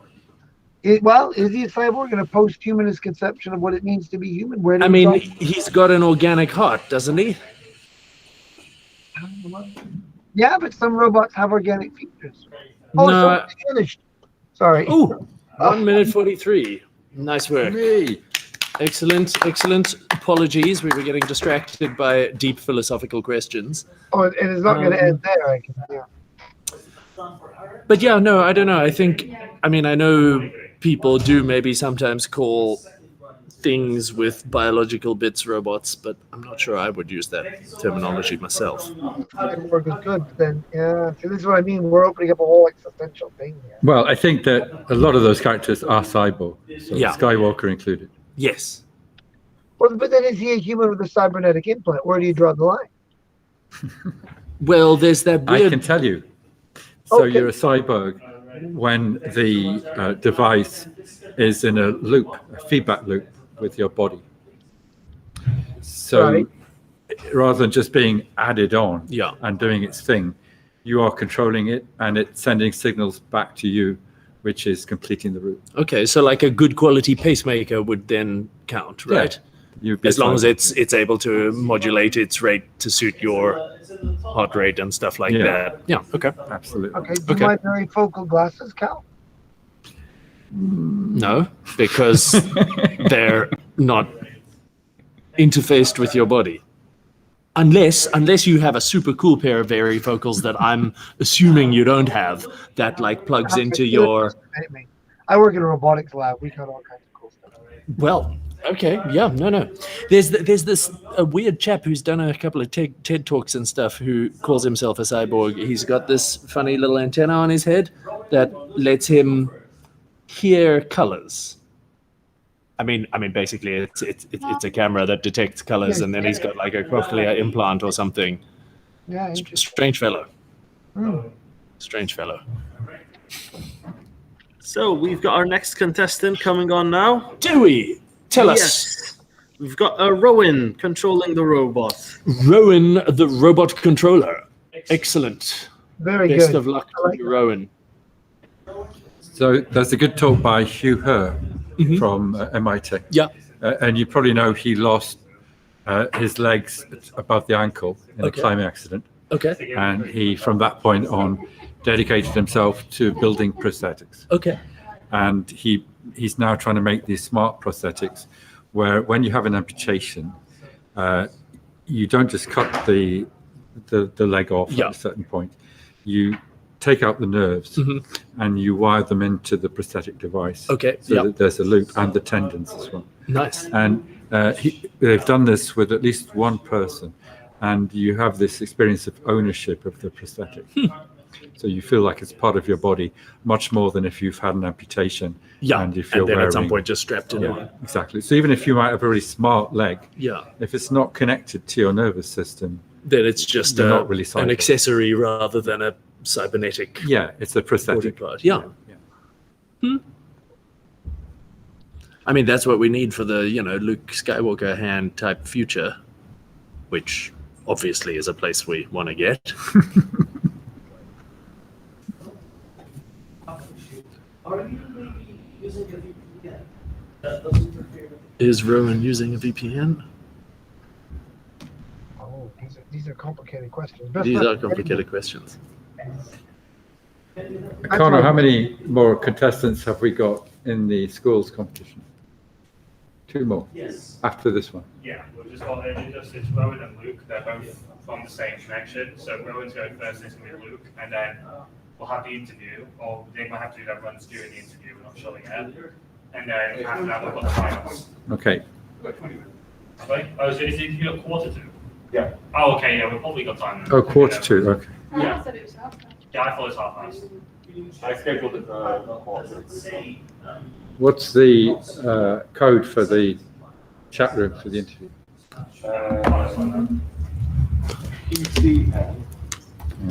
All right, audience, bear with us. It seems we are having minor connectivity problems. Well, this is Teleporting very minor. This is teleporting young Rowan into a MiRo. ECN I like the way you phrase it. Actually, teleporting the person into the robot, making it a Star Trek idea.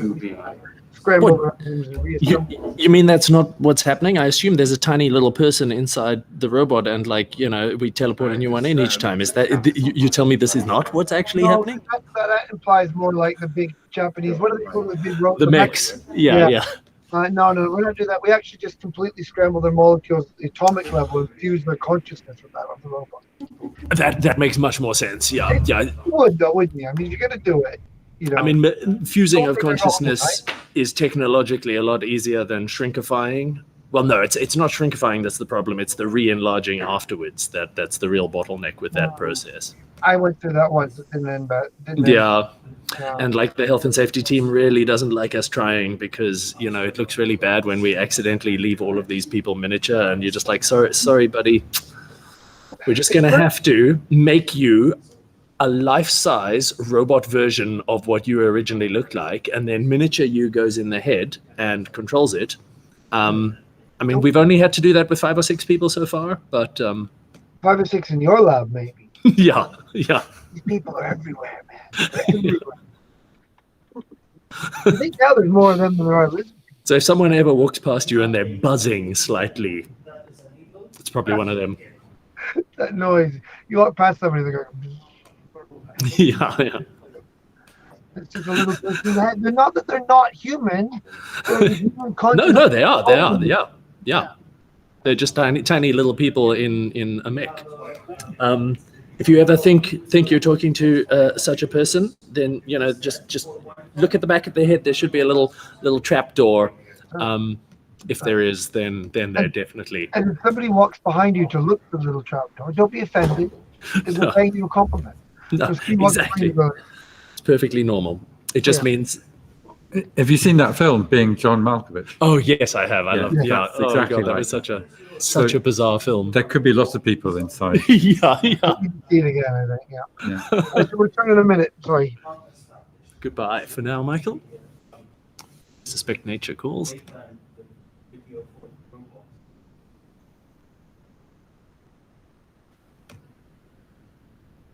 So, unfortunately, not much I can. Oh no. For me, suggested use of virtual hotspot, which changes things. I'm afraid to say I might be overhearing things suggesting that we have insurmountable tech issues with this particular contestant, which Jimmy, shame would be rather sad. there are some networks that we cannot communicate with.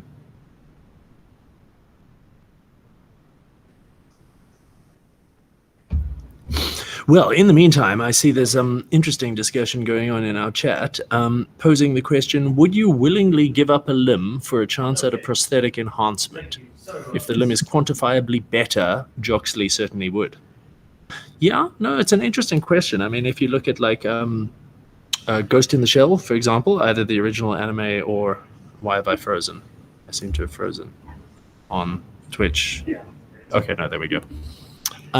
I mean, there, the body is vastly superior to a natural human body, but the problem is that a giant corporation owns your body, and your body won't heal itself. It needs maintenance at great expense from the giant corporation. So I think that's the real flaw with that plan. And I think that's likely to be true of any prosthetic, that it will probably be built by a giant corporation, and they will. Yeah. There'll be strings attached. Yeah, maybe. Quite possibly in the. But at the same time, yeah, maybe. I mean, many people will consider maybe adding things. Yes. Especially if you can take them off again. Yes. And an implant that improved your memory. Oh man, that would be great. Yeah. So. And Google Glasses, they didn't take off. They did not. But glasses that had a display that could, you can just think, and then information would appear in your glasses, or I have a sneaking directly in your visual cortex. Now that would be cool. I have a sneaking suspicion Google Glasses would have done better if they weren't so obviously Google Glasses, because I think I think they just sort of made people look like maybe, what's a family-friendly word? Clowns. So, if the Google Glasses functionality could just be built into a regular set of glasses, that would be pretty cool. Well, I think they were a bit ahead of their time. Maybe. So, because hearing aids used to be really uncool, but since many people started wearing sort of speakers on their phones, Yes, true. in order to listen to the Music and listen to their phone or music, then things on your phones have now become cool. So, and that could be the same with Google Glasses, if they are the coolest. Yeah, no, that's... Or whatever version of whatever company builds the successful version of a head-mounted display. So that would be very cool. But you could perhaps put stuff directly into your visual cortex rather than having to wear glasses. I mean, that would be so great for so many things. There is a prosthetic retina, which is, I think they do attach the camera to a pair of glasses, but they inject the visual signal directly into the visual cortex. Right. You know how there's a sort of gap between the two hemispheres? Yep. So they slide a chip in that gap and essentially project a pattern onto the retinotopic array that's in the brain of what you're seeing through the camera. Yeah, taking advantage, of course, of the fact that our visual processing system in our brain is... Exactly, retinotopic. So it's matched to the world in a sort of fairly direct one-to-one way, a bit warped. But if you understand about the right warping, then you can create the right compensate stimulus. for that. So, and that means you can, for anybody who's got a problem, even in the optic nerve or even sort of some bits of the brain, you go straight to the visual cortex. That is super cool. There. Do you know, have you read enough about that work to know sort of the quality of the image that's formed? Low resolution so far. I mean, most of the retinal prosthetics are pretty low resolution, sort of hundreds of pixels, not megapixels. So very handy for not bumping into things something and stuff. Very grainy, but if you have no vision at all, that's a huge improvement. It's a fantastic thing, and you can learn to do so much with it.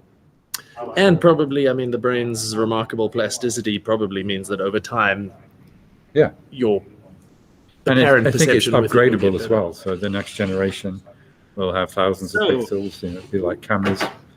It'll be soon up to megapixel. Pretty cool. So, interrupting this for a second here, we've got our next contestant up. We have Rowan in control of the robot. Speaking of pretty cool, there we go. Perfect segue into Rowan's run of MiRo. Welcome aboard, Rowan. This means we were not able to fix the issue for the previous contestant, does it? Or oh, this is... Oh, excellent. Go team. Fantastic work. See, there's no such thing as an insurmountable tech problem. At least not when there's, smart people involved. When it's the government we're talking about. Not when you can time travel. Yeah. The disembodied voice of Michael is going to say, I'm holding you to that one, Daniel. No such thing as an irresolvable tech problem. And my voice is going to say, I shall not be held liable for that. I have it on the record. So Rowan's off to a pretty good start here. Got out of the holding pen at the beginning and around the first couple of corners quite smoothly. Just getting the old shoulder caught on the wall again there. Fantastic chat going on here. I think I can't even but yeah, no, this is going to be a good one, I think. Woo! Yeah, I think you're right that prosthetics are going to change your sense of self. So, and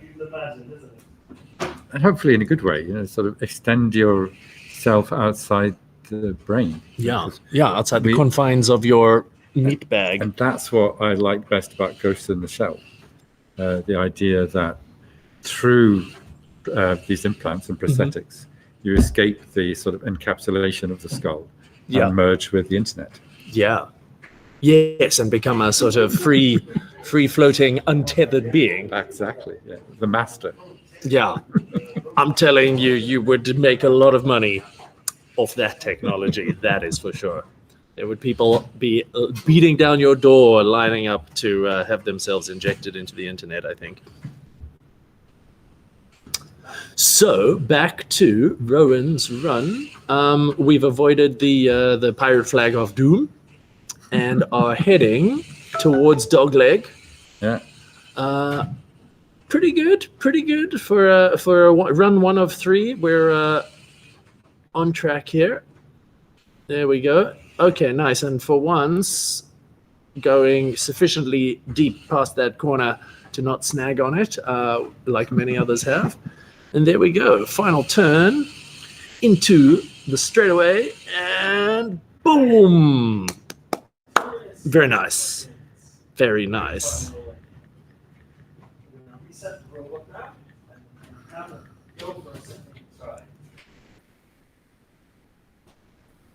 Okay, we're expecting big things from you, Rowan. I personally have bet money on... No, I haven't. I don't actually condone sports betting. It bad for people. Right, Rowan. We're expecting a nice smooth... There we go. Excellent. Whoop.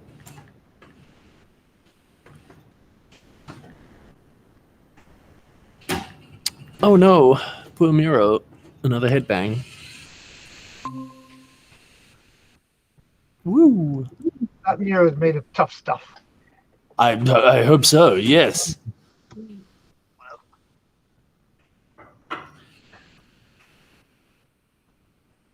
Oh, I think, yeah, I don't know, maybe, I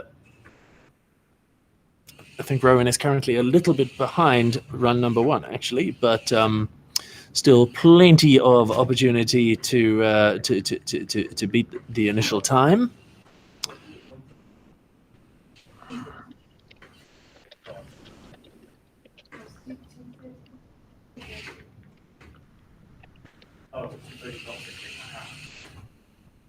Okay, cool. Don't turn into the pirate flag. There we go. So what was Rowan's first run? Like 2 minutes-ish? 2 minutes 30. Okay, I think you're still on track to beat it, Rowan. Oh no, not the snagging of the shoulder. Yeah, it's quite hard to get out of that. Because like when you bump the right shoulder on a flat wall, then as you go forwards, it pulls you more to the right, but you can't easily turn away from it either. Okay.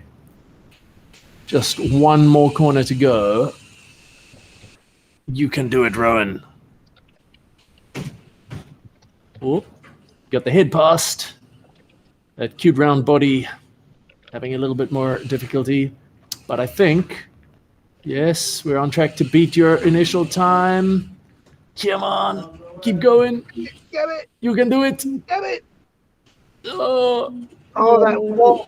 oh, that stupid wall. That infuriating wall. There we go. 4-second improvement-ish. Nice. Oh, shame. The other mirrors in the cupboard are all jealous. Let's see them. Keep them locked away.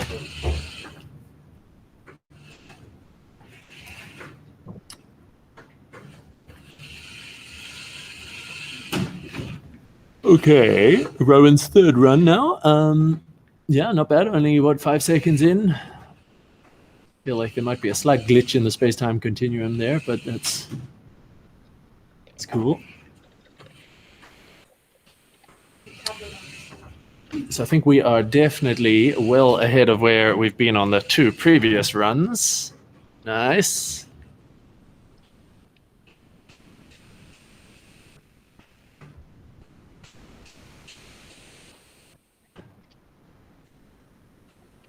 I'd be interested to see what the time difference would be between 10 people who did it from the robot eye cam and 10 people who did it with a top down. I mean, I think it would definitely be easier from the top down, but I'm curious how much.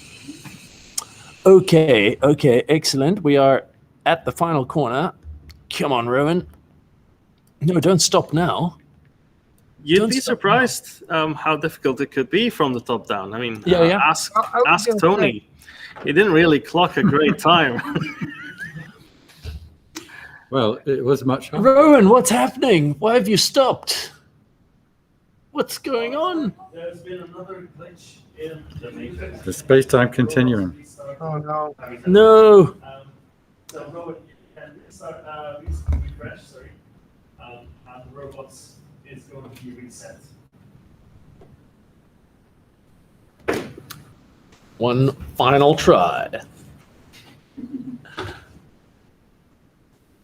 So how long before the interview?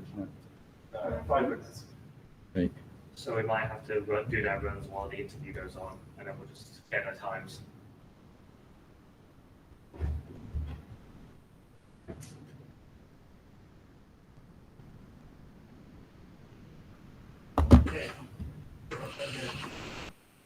Okay.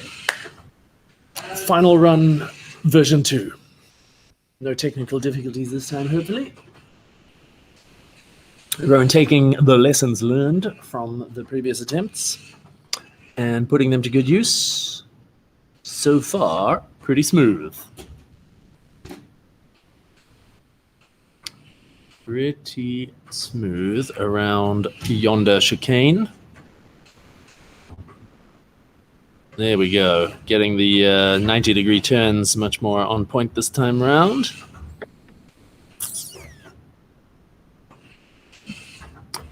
So can Rowan pull off a sub 1 minute? Maybe. Maybe not. Not Shoulder quite. again. Yeah. From I mean, obviously this is not what MiRo was designed for, but if you were designing a robot to be teleoperated through mazes smoothly, some kind of those shoulders are It's part of the challenge. indeed. It wouldn't be much fun if it was just a torpedo that you just go forwards and But we're the same. Our shoulders are wider than our heads. they are. So we learn to compensate. Sometimes, not all of us have all the time, but as anyone who's walked down a crowded street full of students looking at their phones will attest. Okay, come on, there we go. Yay. Comfortably below 2 minutes. That is a very respectable run. Excellent work, Rowan. Alright.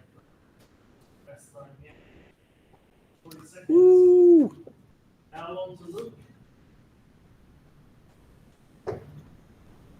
Depending on Luke's performance, we might just have time to squeeze a couple tries live before we have to go to the interview.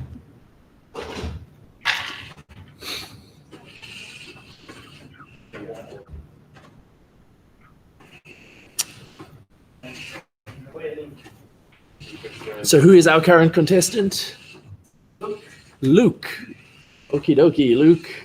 That is a very auspicious name. A very auspicious name, Luke, of Skywalker heritage, as per our previous conversation. And a bit of sibling rivalry going on here. Oh, excellent. Nothing like a bit of sibling rivalry to keep things exciting. Well, so far, I mean, I suppose probably Luke has the advantage of getting to see Rowan's. It was Rowan, yes, previously. Yeah, Rowan's first runs over the shoulder, because I think that secondhand experience is definitely paying off here, with Luke's first run, I think, being faster than Rowan's first run. But the real What question, pros you learn from the pros. indeed. Or you'll just be completely flummoxed about how is that even possible, and you will give up.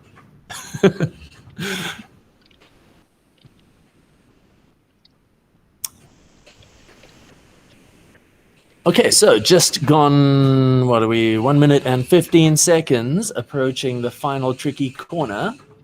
Ooh, Luke is in for a good time here. Rowan is in for a gloaty sibling. Not shabby at all. Though I think in Rowan's defense, we definitely do need to recognize the fact that Luke was not wearing a blindfold during Rowan's run, as he should have been. I mean, them's the rules, you know.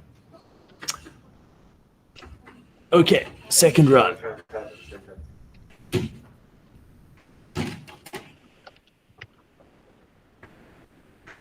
Kate has just joined the other stream. Right. Shall I, Tony, should you and I go there then? Or in the other in the interview Is this the last run? Yeah, this is the last. It's not the last one. We can keep doing runs. Not through the. Well, we could. I mean, we could finish the kids before we do the interview. Okay. All right. Okay, cool. An executive decision has been taken that you, the audience, will get to see the culmination of this thrilling junior MiRo Maze competition over here. We are currently on our final contestant's second last run, and it's shaping up to be a pretty good one. 37 seconds at the chicane. One of the trickier corners on the course, as we can see right now. MiRo is snagging on it just a little tiny bit. There we go. Just a nice self-orienting spin there.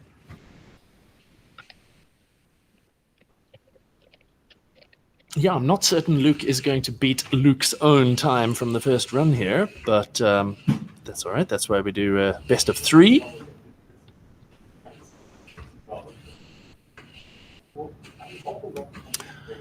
What was the time on the last run? 1:40-ish.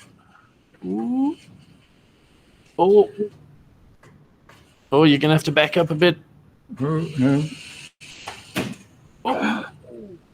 Those walls, they draw you in, they're like magnets.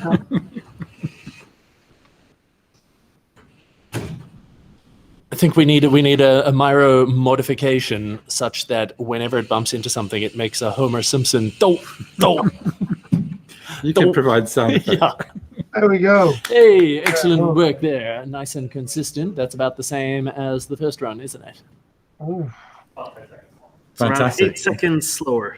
Oh, yeah, it's about the same. About the same. Don't fret. About the same, about the same. Okay, here we go. Final one. You can do it, Luke. Use the force. I'm Use sure your you can pathetic read hand. No.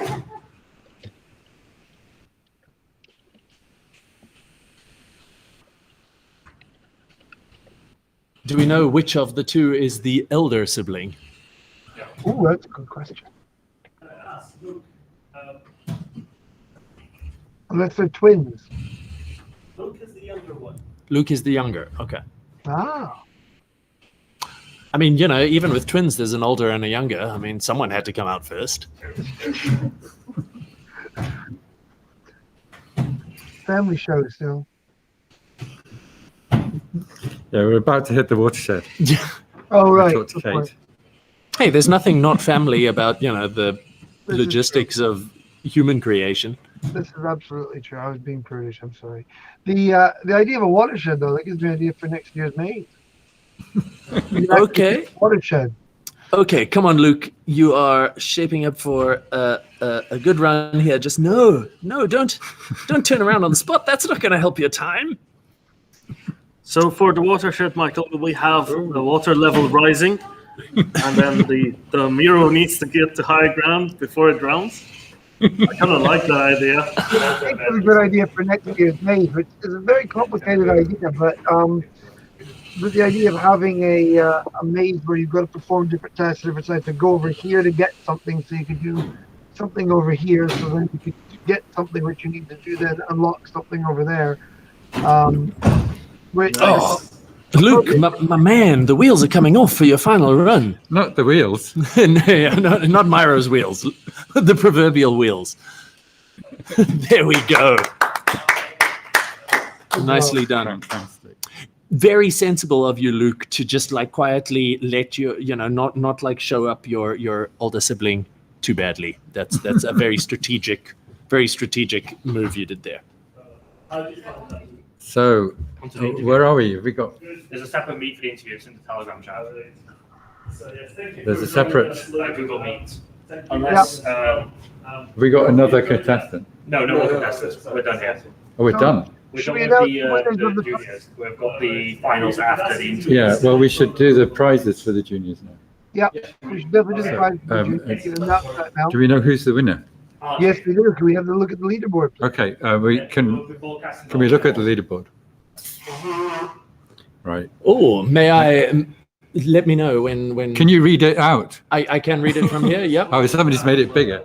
I'll I need my prosthetic eyes. So if you say when, I'll do from to the Yes. bottom to top.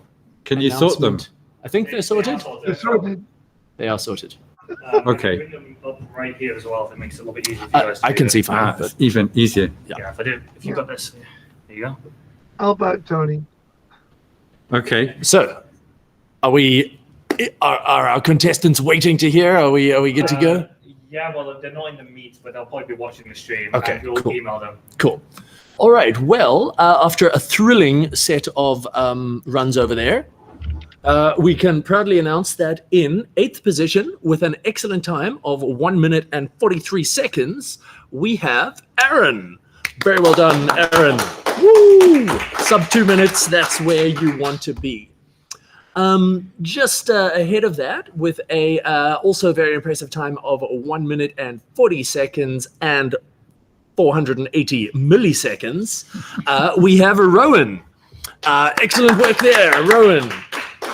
I needed to add that 480 milliseconds verbally at the end. I thought just talking seconds would be good enough, but it is not, because with a fractionally better time of 1 minute, 40 seconds, and 0 milliseconds, we have a Robert.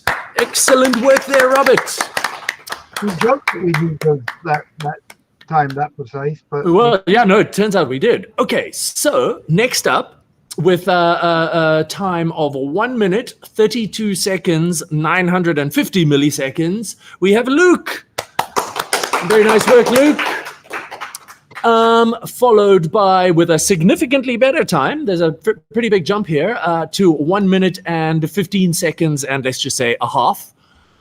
We have Aman, who was our first contestant, I think, today, so had no, inside knowledge from watching anyone else. Very nice.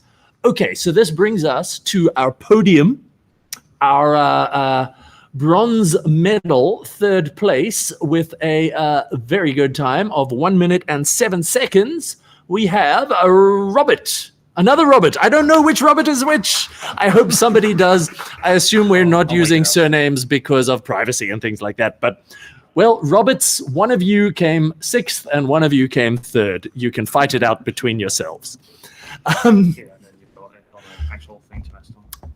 Then in 2nd position with a time that is so close to sub 1 minute. It is 1 minute and 30 milliseconds.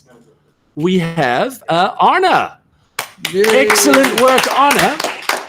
Which, by a process of eliminations, means our winner might have figured out that they are the winner with a miraculous time of a mere 49 seconds. We have Archie. Very well done. That is a super good time. Congratulations to all 8 of you, though. Those are all very respectable. Well done.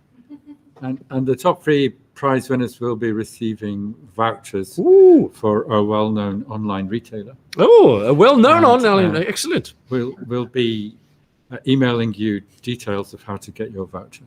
And hopefully we'll be doing it again, and we'll let you know and tell your friends next time. But congratulations to all of you. Great work. well, everybody. So next in our very full program, we are going to go straight into our final interview of this week, and we have saved the best till last. So in our Google Meet room, are we swapping over?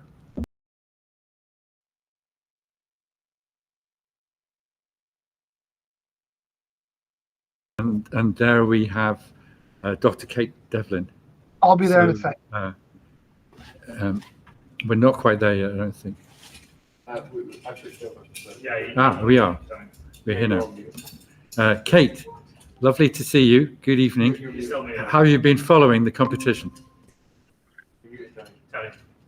Hello. Oh, I'm muted. Yeah, you're still. Oh, I can't hear anything.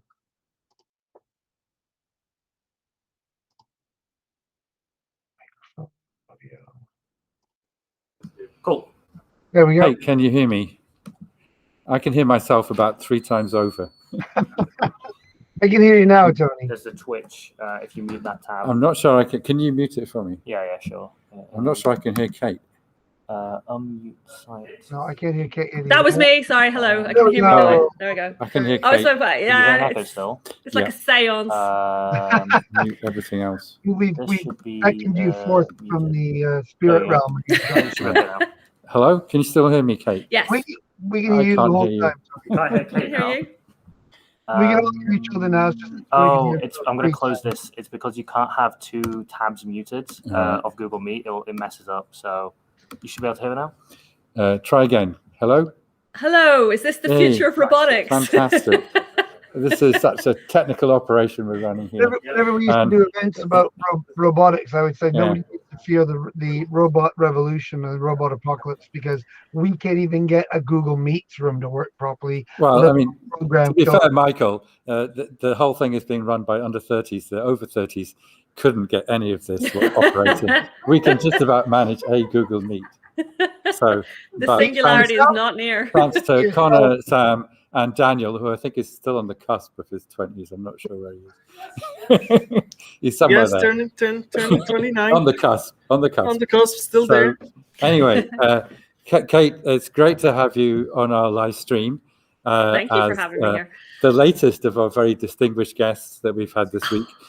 We've had discussion about robot ethics with David Gunkel, who talked to us Cool. about the possibility that future robots might have rights.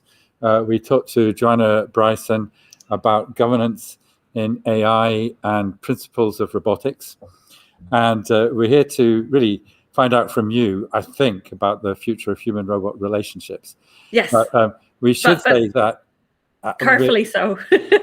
Well, past the watershed, I think we've agreed.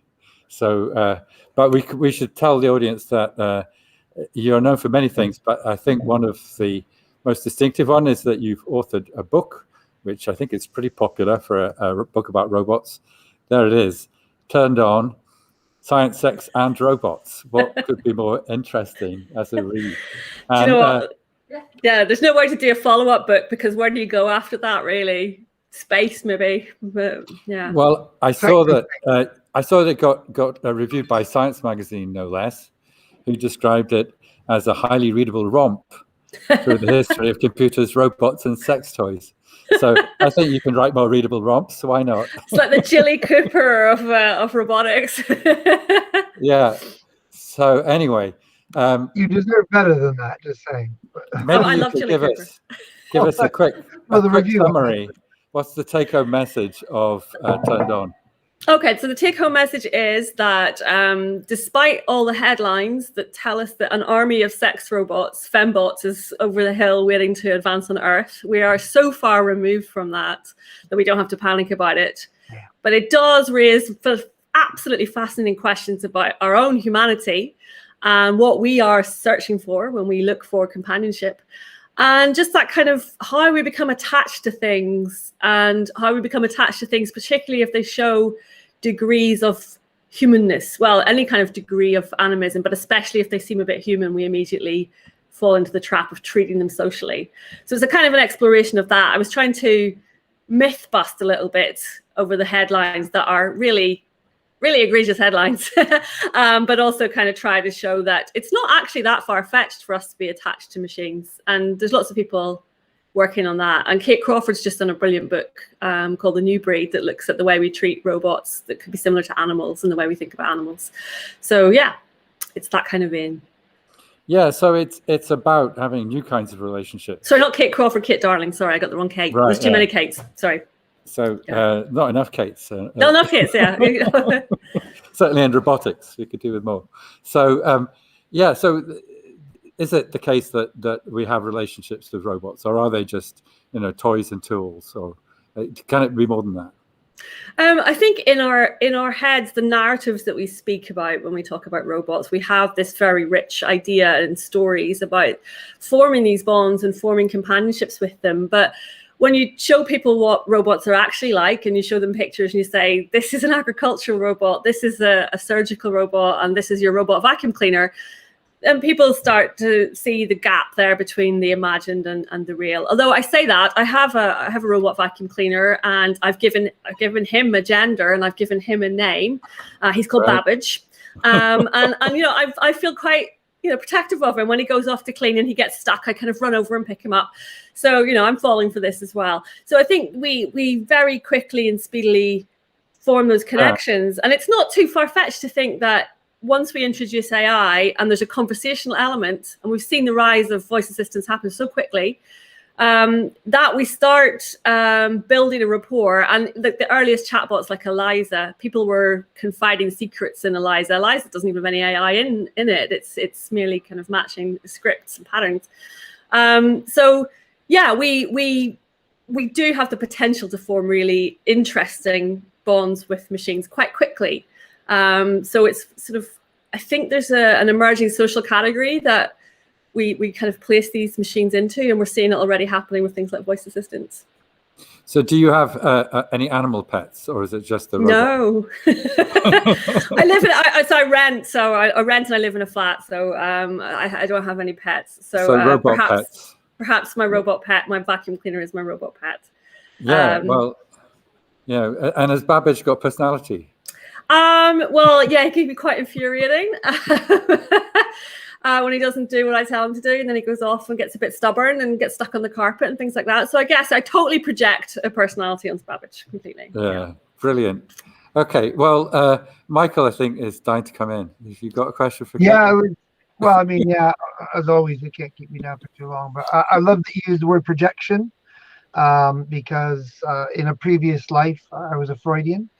Bring in Dr. Freud and do the voice, Michael. Freud sits over my shoulder at all times when I'm here. So if I ever have a question, I turn and I ask, you know, the doctor, the good professor, what you think or anything like that. So and I get the bobblehead, so I get the nod. Oh, brilliant! Proves very much. I also have finger puppets, but we don't have time for that. So I love that. We have time for that. Yeah, projection to me, and you know, I'm listening to you talk and about how the relationships we have with machines, and you say it in a really clear way, but for me it's always so intricately related that, you know, we have a relationship with these machines. I always say, you know, some people say we shouldn't have relationships with machines or with robots. I say, you know, I've got a relationship with my toaster. You know, there's no hope not to. I think part of that is that relationship of projections that we get, isn't it? Where, you know, the machine isn't a neutral entity, but we're not neutral towards it. We're projecting into it. We're putting ourselves and our expectations and our hopes and desires and fears and anxieties and everything else in the machine as well. So really, we make the machine makes us, right? Absolutely. I mean, you only have to think about how many people shout at their printers when something goes wrong. I know. Damn those printers. Yeah. So I guess one question is I've got is, you know, I could ask you, and I think, you know, I'd love to have a longer conversation with you and David, some of this more generally, but to keep it on kind of a narrower bound for now, where do you see then, given this intricate interrelatedness between the human and the technology and the way that one informs the other, and machines make us and we make machines, where do you see 21st century later on, for example, human sexuality going in that case? So one of the things that seems to be emerging is that I don't see this idea of the sex robot as a fully replica human type thing ever really taking off. It's too expensive. It's computationally too expensive. It's financially too expensive. But the AI part is interesting. So one of the companies that's trying to prototype a sex robot has brought out this standalone AI personality that you can download as an app. And it will be, and it's very gendered. It only comes in girlfriend form, but you can download this virtual girlfriend, and she will say nice things. She'll remember your birthday. She'll remember your favorite food, all that kind of stuff. And so the idea that you can build this virtual companion is quite appealing, and we've seen it happen in various ways. So Gatebox in Japan, where you have a little holographic, again, girlfriend. There's no equivalent for straight women. So this is, I can see that being very compelling. It doesn't require the sophistication of building incredibly complex robotics. It's going with the disembodied, but at the same time, there's something so intrinsically compelling about the embodied. So, you know, that's a really interesting area to explore. What is it about the human form, or not even the human form, ideas of humanness? What is it about that really appeals to us when we look at robots and we try and project our feelings onto them? But I don't, yeah, so sorry. That's beyond the headline, isn't it? Because everybody assumes that, we're going to, robot sex, we're going this way.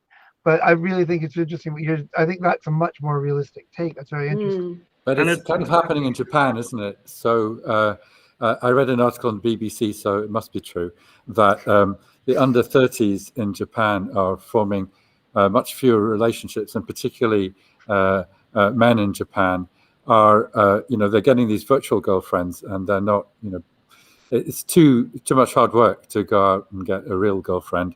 The expectations are too high. You've got to meet the parents. You've got to have a good job, all this stuff. You can have a virtual girlfriend. So they're not forming partnerships. They're having a lot less sex, and obviously they're not procreating. So, people worry about a robot takeover, but what might happen is that humans just go extinct because they just have relationships with AIs, and so they forget about, the physical side of human love and what that leads to. So, do you think that's a risk, or is it something not to worry about?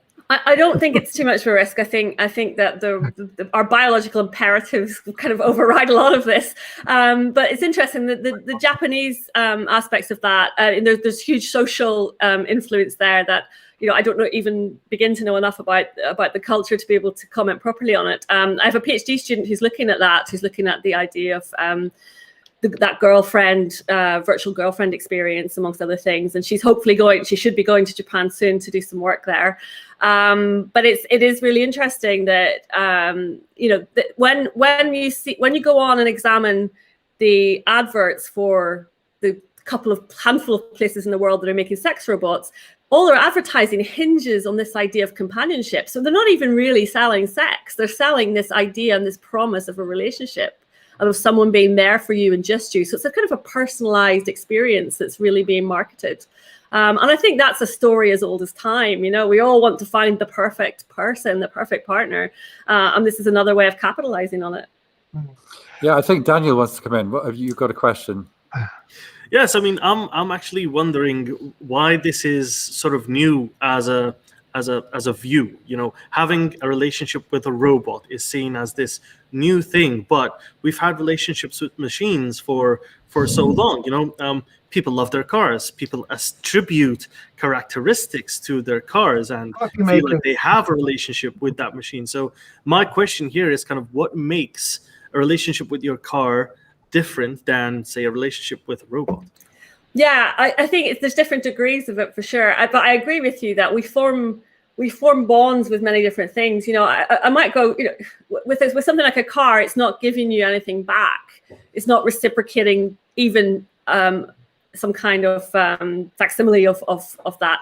But if you think about, I think even the comparison with pets is interesting. So if you think about pets and the way we project loads of emotions on pets that probably aren't there. Cats, yes.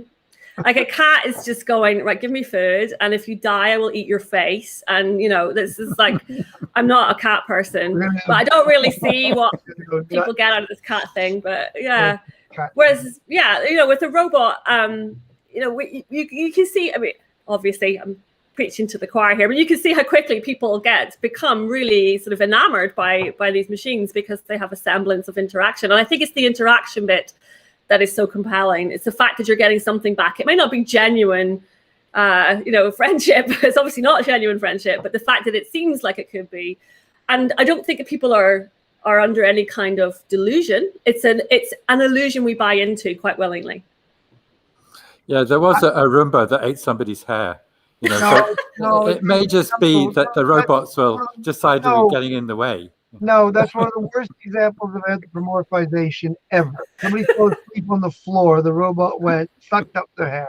There was no intention. But that's it. The robots may not be bothered or interested in us, but they, you know, when they become sufficiently intelligent, push us aside. You know, forget the paperclip maximizer. They're coming for your hair. It's quite worrying. But Kate, another thing so we're really interested in telepresence.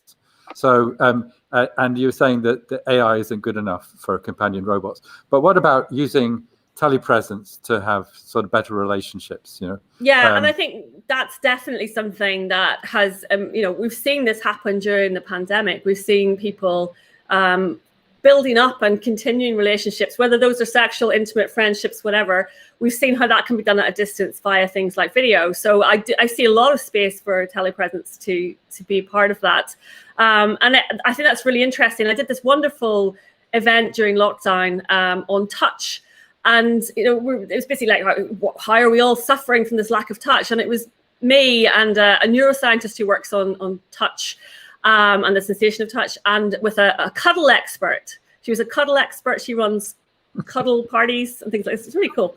Anyway, we were talking about, you know, this is the one thing everyone's missing, and you can't get this via video. And then she showed us this thing, and she's going like, you know, if you all sort of mirror each other's movements on screen, so I could go like that, and then at the same time you do that on your arm, it would feel like you're being stroked. So is there a way we can generate the kind of a mirage of touch via telepresence? Rubber hand illusion really at cool. a distance. Yeah, basically rubber hand illusion. Interestingly, I ran the sex tech hack a few years ago where we tried to build new forms of sort of interesting sex tech from all kinds of things. And someone did the rubber dildo illusion in virtual reality, where they were rubbing a sex toy up and down someone's arm in VR. It was very interesting. That was an interesting choice.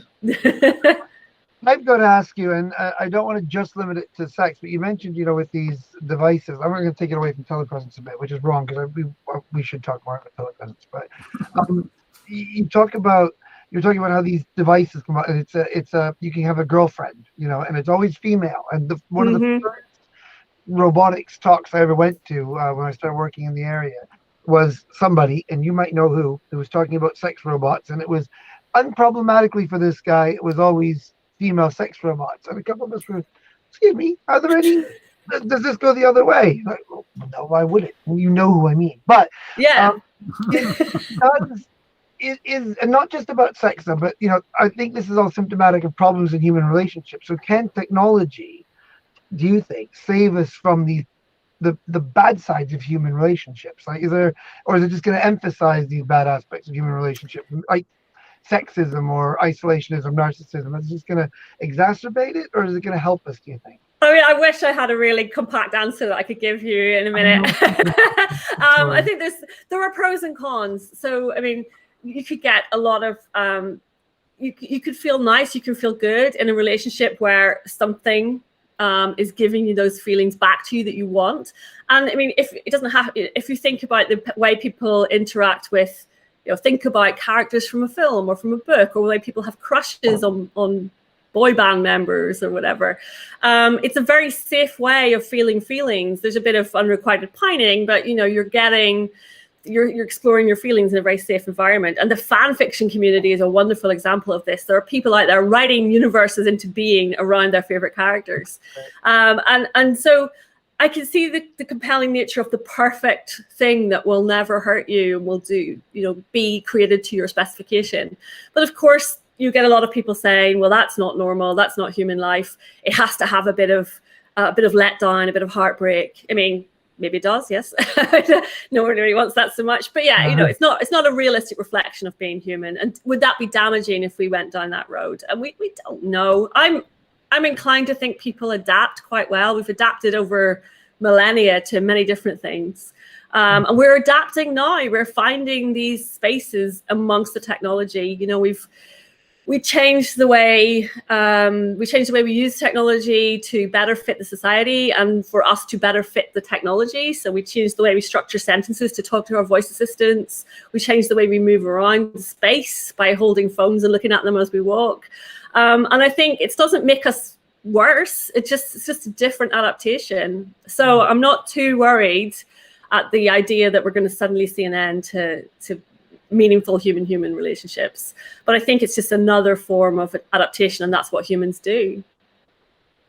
That's a pretty concise answer for a very big question. But also lots of unknowns. I mean, it could be like a lot of these things, like, I don't know, mobile phone towers and things, where people will look back and say, everyone was really fretting about this, but they've become part of the culture and it's just accepted that that's there, you know, so who knows? Yeah, I think so. I mean, robots are these kind of iconic, as we said before, we project our fears really about ourselves onto robots. So that's why they're such a powerful figure for the imagination of the sort of depersonalization, dehumanization of technology.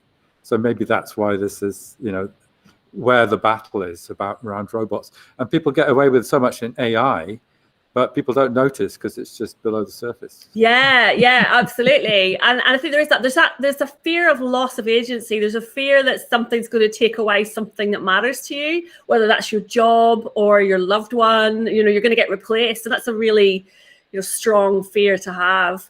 And when someone tells you the robot's coming for your job, you know, and it's not going to be the robot, is it? It's going to be a piece of software. but the poor robots have been cast as the bad guys. I would say, like, robots, like any other monster we've imagined over the generations, like vampires and aliens and zombies. It's just robots have actually come real, you know, like, so it's not their poor robots. They get a rough ride, don't they? They do. They really do. I feel sorry for them. So, Kate, we're going to have to, unfortunately, cut the interview shortly. Have you got another project that you're working on? Is there another book coming, or well, there actually is. There's a very short book coming called AI for Sex, which is just about, it's not just about sex robots. It's about how AI is used in many different forms of things. The way it's used to fight against human trafficking, the way it's used to help people in sex work, the way it's used to categorize images in porn, all that kind of thing. So I just have to spend the summer writing it, but hopefully that will be like next year. Well, you shouldn't get distracted. You've got Babbage for company. I've got Babbage, yeah. I'm going to put some little googly eyes on him and send him off. What a great name.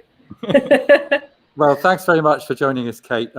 We will be putting this out as a separate YouTube film, so you can watch it then, and we'll share it on Twitter. And Lovely. We'll see you again soon.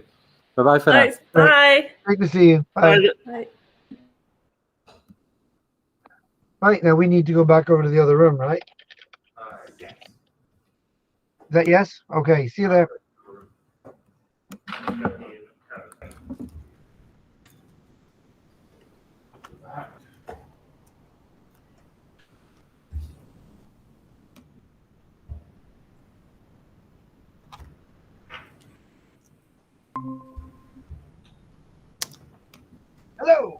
Hello. Hello. Welcome back. It is now time Glad for the you- battle of the best of the best. Oh yes. I've got my like speed goggles on, you know, to protect my eyes from all of the You missed it. You blink and you miss it with this one, I tell you. yeah. So how many tell me, Daniel, how many competitors do we have in this grand final? So for the grand final, we've got 3 competitors. We have Jonah coming in from Sheffield. We have Sid from India.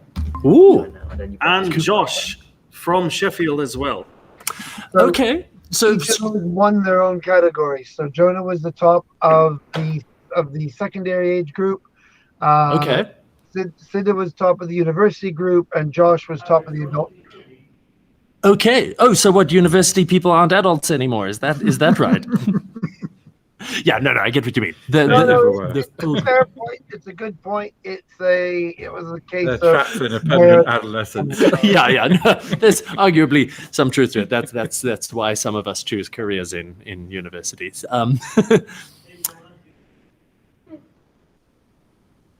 Oh, Daniel's talking too. Right, he's talking on the other stream. So, Michael? Do you know what times the 3?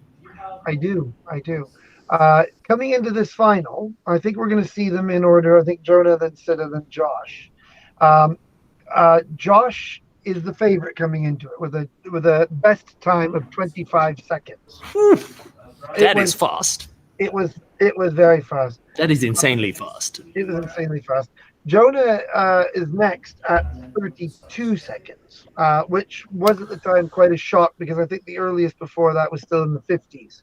or maybe 40s. But it was a groundbreaking time. We all kind of sat up and went, maybe the 30-second barrier is beatable. So Yeah, and I mean, our winner from the primary age one just now was 50. So 30 something is still super fast. They're getting faster.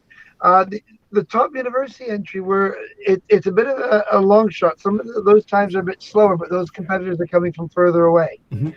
So we're pretty sure that the latency is robust, or else it wouldn't work at all. It should be. But we are wondering there if there's just that extra kind of few milliseconds makes a difference, especially because the turning is so fast. So it'll be interesting to see if Sida can raise that time a little bit. Especially watching Jonah go first. That is a very interesting question. Yes, whether that has a significant difference. I mean, I would sort of imagine probably not, but I would love to do this as a study. We've done now teleoperation over vast distances with this system. And this is immersive telepresence with a VR headset on. So I think the furthest it's been done is about 8,000 kilometers. That was, I can't remember. Daniel will have to tell us later. That was from, I think, Munich to, where was it, Tony? Munich to... Doha? No, that was us. That was us, Doha. All right. I don't know what Doha to Sheffield is. I'll have to check that. But that is that was the first we've ever teleoperated personally, and it's even immersive as a VR headset. It was so instantaneous. So it's not a mistake. Well, I mean, people who play like competitive FPS shooter games, I mean, I don't think, I think they play online against people from anywhere in the world, and that's a field in which latency is super important, more so than mirrors. So quite literally, Dad. Yeah. So I suspect the internet is up to the task, but yeah, I mean, it can be. So we don't know about problems about where things are rooted, local networks. For example, we once did teleoperate a humanoid robot with a VR headset on a plane on the way to Tokyo. Wow. Who was on the plane, the operator or the robot? The robot was in Sheffield lab, and I was on the plane. Okay. Wishing as usual when I'm on a plane. I wasn't on a plane. So I put the headset on, and I was moving around. It wasn't a great experience, but it was there. Yeah. I'm sorry to cut you off, Michael, but I see movement from MiRo. Oh, right. Okay. And is it just one and done, or we've got 3 best of 3 as usual? Okay, cool. Okay, and this is Joshua we've got. Hello, now, everyone. right? Yes, we have Jonah ready to go. Who was our top seed or third seed? Top seed. Second best time, top of the secondary group. Okay. Secondary, like high school. Yeah. Yep. Right. All ready to go, Jonah. Those high school kids are good at the computer games. All right, here we go. Immediately out of the gates with... Did that turn a little too tight? Oh, dearie me. I mean, this is just the warm-up one, right? He gets 3 goes. So, but much smoother around the chicane there than some of the ones we were seeing earlier today. We can see why this is the finals. I can't believe that people can move that robot around that maze so quickly. He's in there. MiRo's poor little face into the wall once again. Ooh, that is quick. 32 seconds. But interestingly, there's clearly still substantial room for improvement in that time. I mean, I wonder what the absolute, if you just take MiRo's locomotion speed and the minimum path length through the maze into account, I wonder what the absolute theoretical best is. I mean, so far the best is 25 seconds. Well, yeah, but what's removing the human element? Following the racing line at MiRo's top speed. Is Jonah feeling a bit drunk, or is he all right? Okay. He's calibrating. Right. Oh, so the time starts when you leave the room. There we go. Okay, right. Yeah.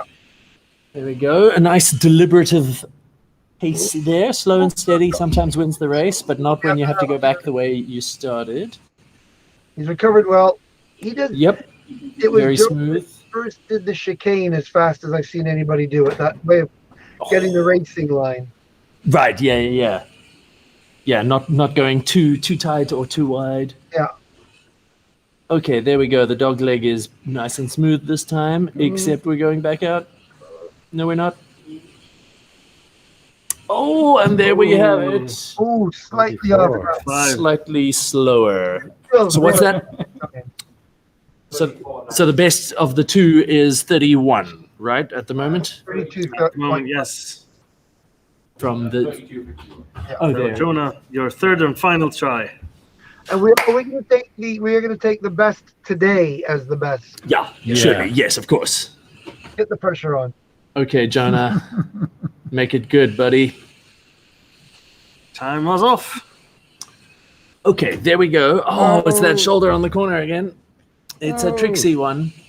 I bet you guys secretly like moved the maze walls around just a tiny bit between to like throw them. We were going to do something really horrible for today, but like I said, I wasn't there to cause my usual mischief, so we'll have to. Oh, he just caught the edge of that. Yeah, nice around the chicane, but then tough on that second. Oh dear, oh dear. Don't reinvented the chicane. Oh, it's the nice. dreaded shoulder wall turn effect.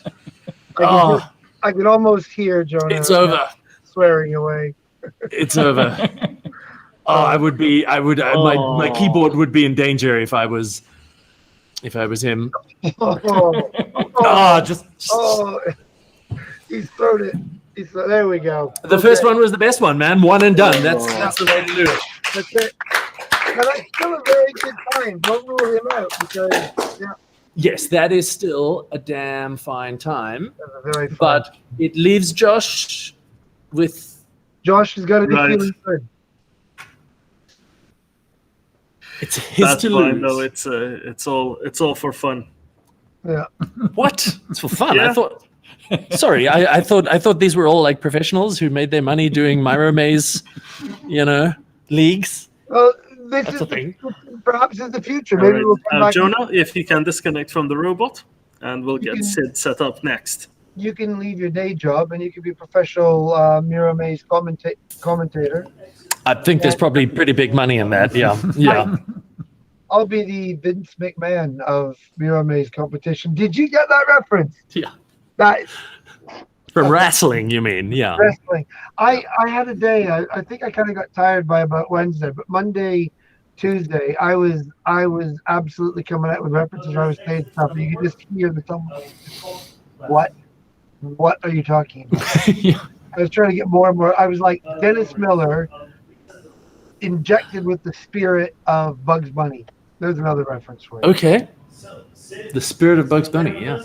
I don't know. Bugs Bunny's not the best. Give me time. I'll come up with something better. But certainly Dennis Miller.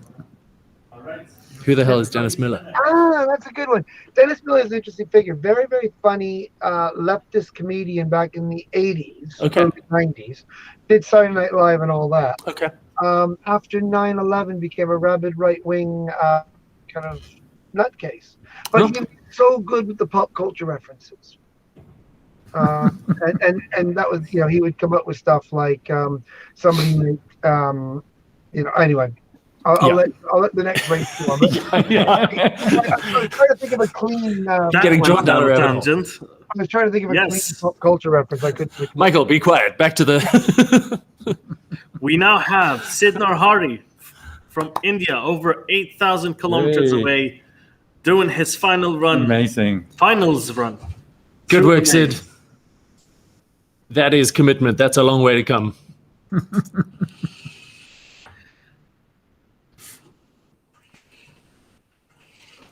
There.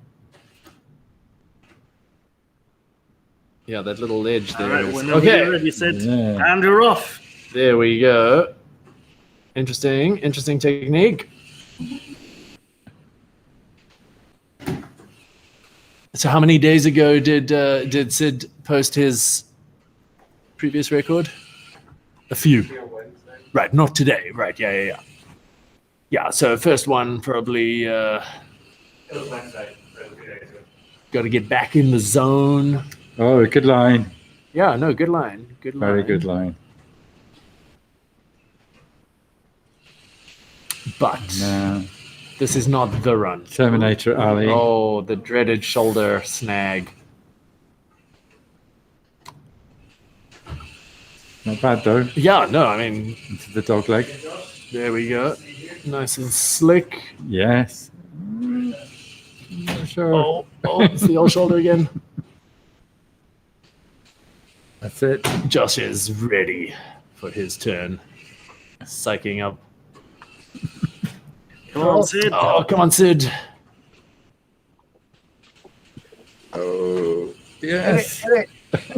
Hey. Okay, nice. Hey. Nice. 1 minute 13. Very respectable. You're gonna get it lower, I'm sure of it. Yeah. In future years, we should adjust for distance, Distance geographically. geographic distance, or just make sure it doesn't matter. Yes. Or give a handicap to the locals in terms of a time. Just make sure you route everyone via, Kazakhstan and Australia. And Yeah. Everybody's routed through a VPN in Australia. they're going to do it through Tor, Where is, we were trying to figure this out. So with a robot in Sheffield, where is the furthest point in the world something could be? Oh, that shoulder again. The other side of the world. Yeah. Pacific Ocean. Antarctica, surely. No, New Zealand. Yeah. That Okay. first corner is always the hardest. It is a tough one. Yeah, no, but Sid's doing well here. It's we just need to, trim the shoulders off MiRo completely, and then Sid would be doing great. We also had Sebastian Conran, the designer of MiRo, interviewed him. Again, an interview that will be available on Cyberselves Ltd Robotics YouTube channel. But we could talk to Sebastian and say, Seb, come on, we gotta make a racing MiRo. Yeah. A streamlined First step MiRo with Stripes. stripes and Stripes. aerodynamic. What do you call it? Off-road wheels. Yeah. It's really just the stripes. a spoiler. Is that called at the back? What's the thing? Was it lagging a lot? Motors and steroids. Oh dear. Yep, clearly the internet hose is a little bit clogged up at the moment because I'm hearing that Sid's encountering a little bit of lag in the interface. Yeah. It's doing well in spite of that. Yes, definitely.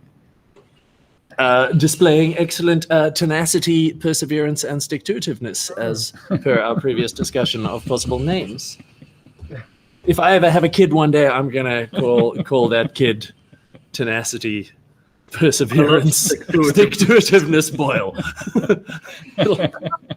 They'll totally fit in so well at school, like. They'll totally give up everything. Very quickly. Yeah, and change their name to Bob. We had a Bob. Almost. It's cool. So just shake it out, man. The next one's gonna be the one. Yeah, just do it. Victory circle. Yeah. Slightly premature victory circle.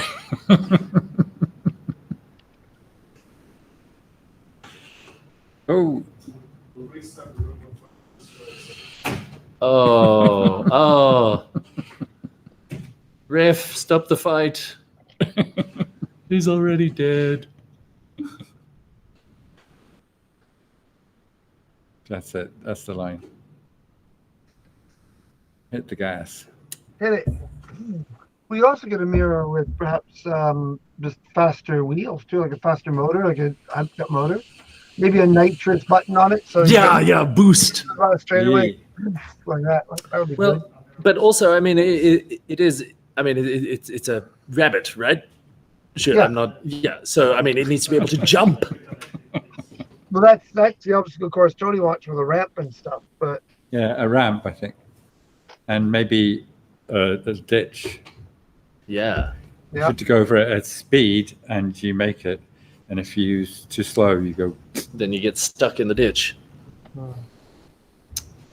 Sounds like a good way to break a lot of MiRo. Yeah. No, Shane, this is not really a very good idea, is it?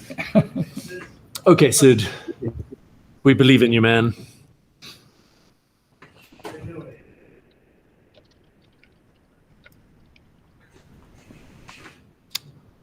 You can feel the tension in the room.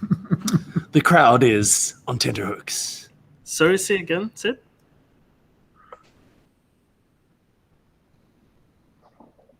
The tension builds with every passing second. I'm not sure my heart can take it.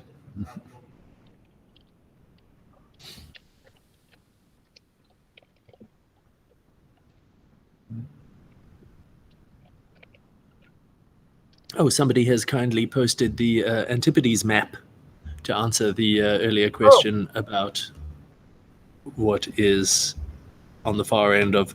But come on, the divine ass! Don't make us look it up. We're busy here. What's the Antipodes of Sheffield, England? Get your divine ass to the antipodesmap.com and find out for us. We are absolutely past the watershed now. Yeah. So how does the Antipodes map work? Oh, the other side of the world of any place on Earth. I assume, yes. All right. So if we enter in Sheffield, okay. Okay, Sid's off to a good start on this. Oh, very nice, Oh, very smooth. nice, very controlled. Ooh. Oh wow, Tony, we're very close. It's off the coast of New Zealand. Yeah, I knew I was right. Oh, no, don't turn so much. Well, there actually isn't anything there, Tony. It's the middle of the ocean. But Well, yes, much of the world is the middle of the ocean. it would be. Well, actually, no, very little of the world is the middle of the ocean. Much of the world is True. Ocean. Somewhere, Yeah, ocean. yeah. Wet and featureless. It doesn't say how far that is. Okay, come on, Sid. Turn. There we go. Yeah.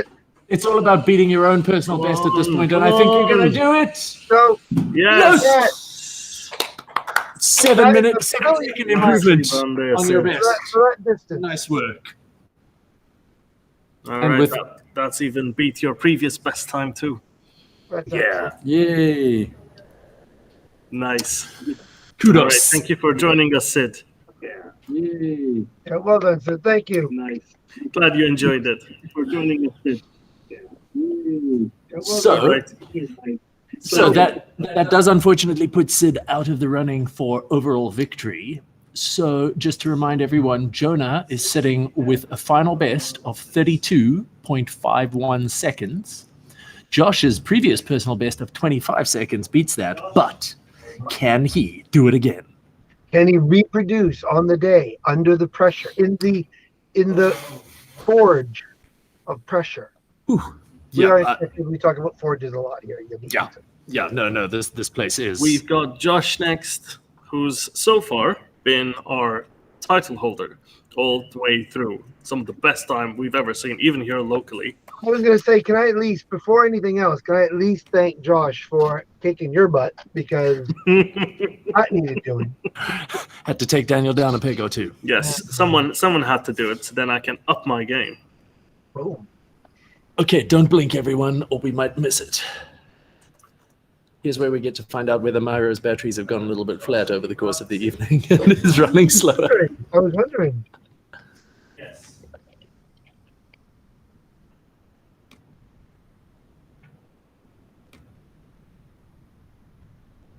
Josh is ready. Josh is focusing. Josh is...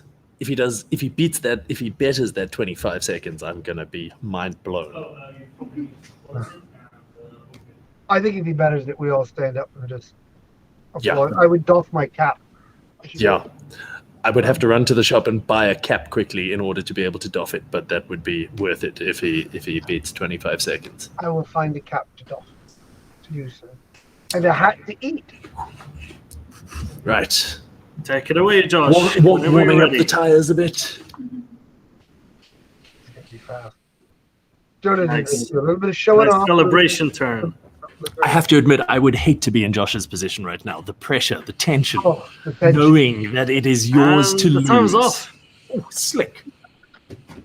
Oh, no. His first Corner is a fumble. killer. His first fumble.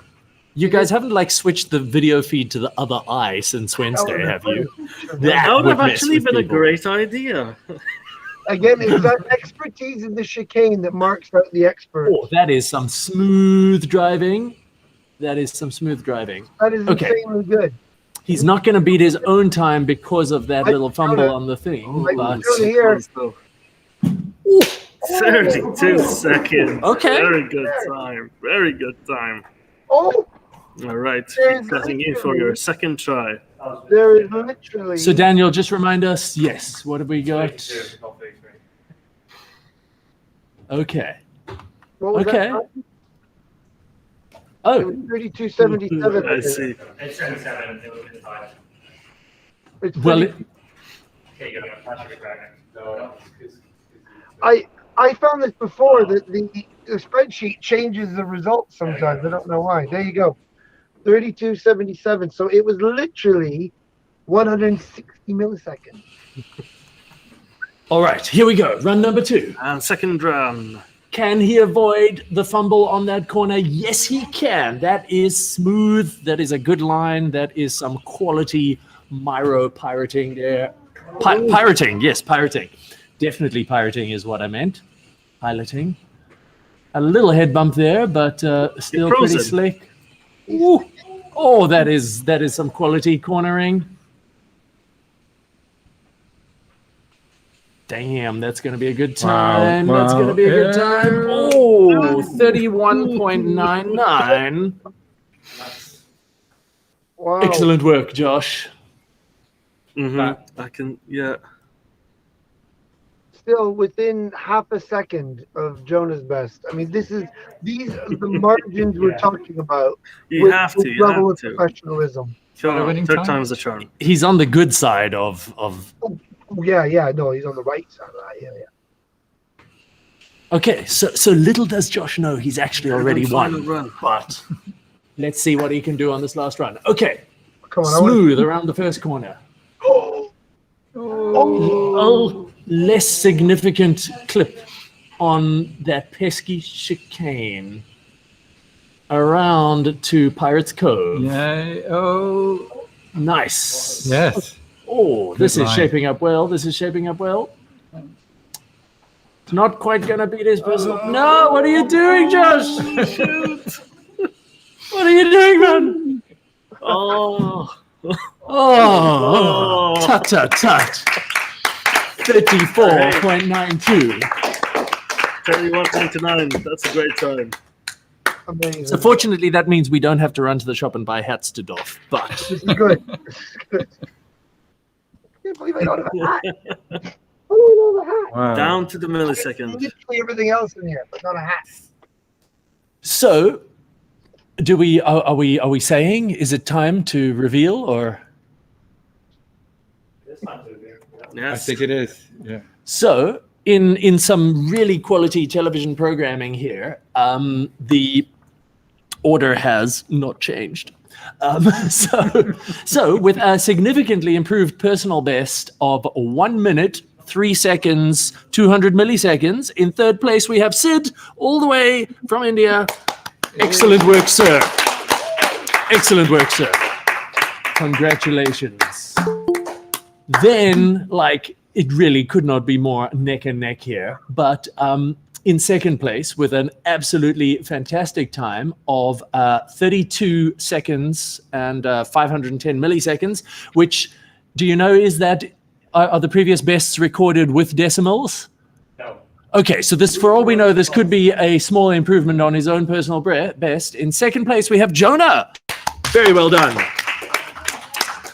And then, last but the exact opposite of last or least, in first place, with an exceptionally good time, but not quite as exceptional as his own best time in the past, but still pretty goddamn good. 31.99, Josh. Very well done, man. Thank you. That was really difficult. The video feed was a lot less responsive than last time, but I managed to get through it okay. That was really fun. I really enjoyed that. I'm glad. So, Josh, tell us, what did you do to prepare for being such a good MiRo pilot? Oh, well, being a lifelong gamer probably helps. I think I had a pretty distinct advantage in that regard. My WASD skills are pretty highly tuned, I think. Good man, Can you good show man. us your fingers, I think? Josh, yeah, How they're muscly are your fully fingers? Yeah. Yeah, you can got you good might be muscles in surprised there. to learn that some people who are trying this maze this week had never done WASD before in their lives. Yeah. Can you imagine such a person? Let no parent ever say that video gaming is a waste of time, because just look what it's done. Yeah, I'm living proof, definitely. He's got an area for his motor cortex this big, just for those people. I think obviously that combined with I'm quite local, I'm not a local connection like Daniel was saying is like 29 seconds, but I'm still relatively local compared to India. I think we had someone from Kenya yesterday. Yeah. So Right. I clearly had quite an advantage there as well. Well, I think the scientists need to find out whether that is actually an advantage at some point. After. But it's very gentlemanly of you, Josh, to allow for that. But I think it's all you, man. Well done. Yeah, thank you. Yeah, congratulations. Well done. And the first winner of the MiRo Maze, I was going to say cup, but it's a voucher from a well-known online retailer. Yeah, I don't have a trophy. I could pretend to hold my water bottle. Cup, maybe. bottle, close enough. There you go, sir. We'll work on a trophy of some kind or other, whether it's and make sure that we do some kind of. Well, if this is an annual event, I would be more than happy to defend the Pressure's going to be on championship. you next year. You know, there's going to be a whole pile of young guys coming up that want that crown. You know? Well, what Yeah, you now they've got a obviously goal to beat. yeah. I mean, you just got to 3D print mini mirrors, and those would, put a 1, 2, 3 in the base. That would be a nice little. It's a very good idea. Let me just place an order online. So yes, Josh, we'll be sending you that voucher, and you also get a victory lap around the maze. Oh wow, great! I Oh, will absolutely do it. make it one of those, like, do some fancy tricks and stuff. Show us Yeah. Let's see if I can. I'll try and reverse round it. Bear with me. Can I still get there?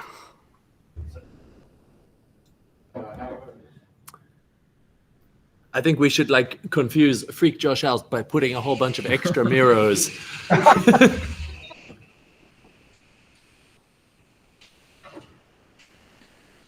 Okay. So for the audience's benefit, Josh said he would undertake to do the maze in reverse, but he's clearly changed his mind on account of the fact that he couldn't see it all if he was He going doesn't have eyes backwards. in his ass. That's the problem. I mean, Reversing.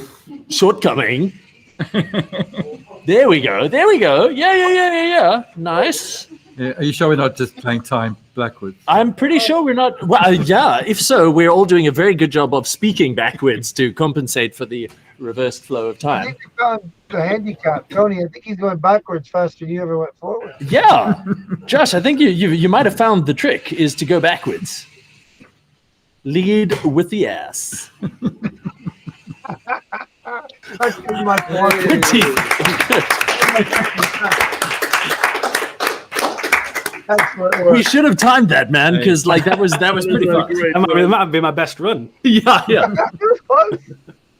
Now, MiRo is really fun to control. Obviously, the spatial awareness is really hard to navigate. I would love to see next year the full field of view with both cameras enabled. I think that would be really interesting to see how that works as well. Do We you might have have to a make the virtual calls reality harder.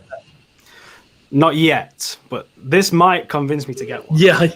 So that hopefully will have a category for full immersion, because we do have that capacity, but we couldn't deliver it for this year. But maybe a future contest will have a full immersion robotics. We'd have to do that. And I think We are looking for people that will fit the wearable suit, because some members of our team are a bit large for it. there's a wearable suit for MiRo or for. We have a full option suit. Yeah, Wow. Daniel and I have worn it. It's For any robot. fun. I think for next time it would also be cool to do what I think Tony suggested, a lights off sensors only run. Yeah. Wow. Using We should look into MiRo's ultrasound and ear detectors and stuff. Yeah. That's fascinating. Excellent. Cool. Well, thank you, Josh, that was thank you, everybody. I think we're going to wrap up. Yep. And go Call for it a drink. day. Yep. So, Can we give Jordan, do you want to say a final word? Thank you very much for inviting me to talk nonsense over your awesome demo. For anyone who's only watching at the end, just FYI, I am not, in fact, Tony Prescott. I am Jordan Boyle from the University of Leeds, stealing Tony's laptop. But yeah, no, it was fun. Thank you. Excellent. And can we give a shout out to thank you for coming and doing this, because you are so much better than we were. Anybody who wants to watch the live feedback all week, you can see That's what professionalism does for you. But also Tony and I with Daniel sometimes, we've done lots of interviews all week. That'll be on the YouTube channel. Special thanks to everybody there, Connor and Sam and Christy for their fantastic work all week. Daniel, you did all right. You may take a bow, sir.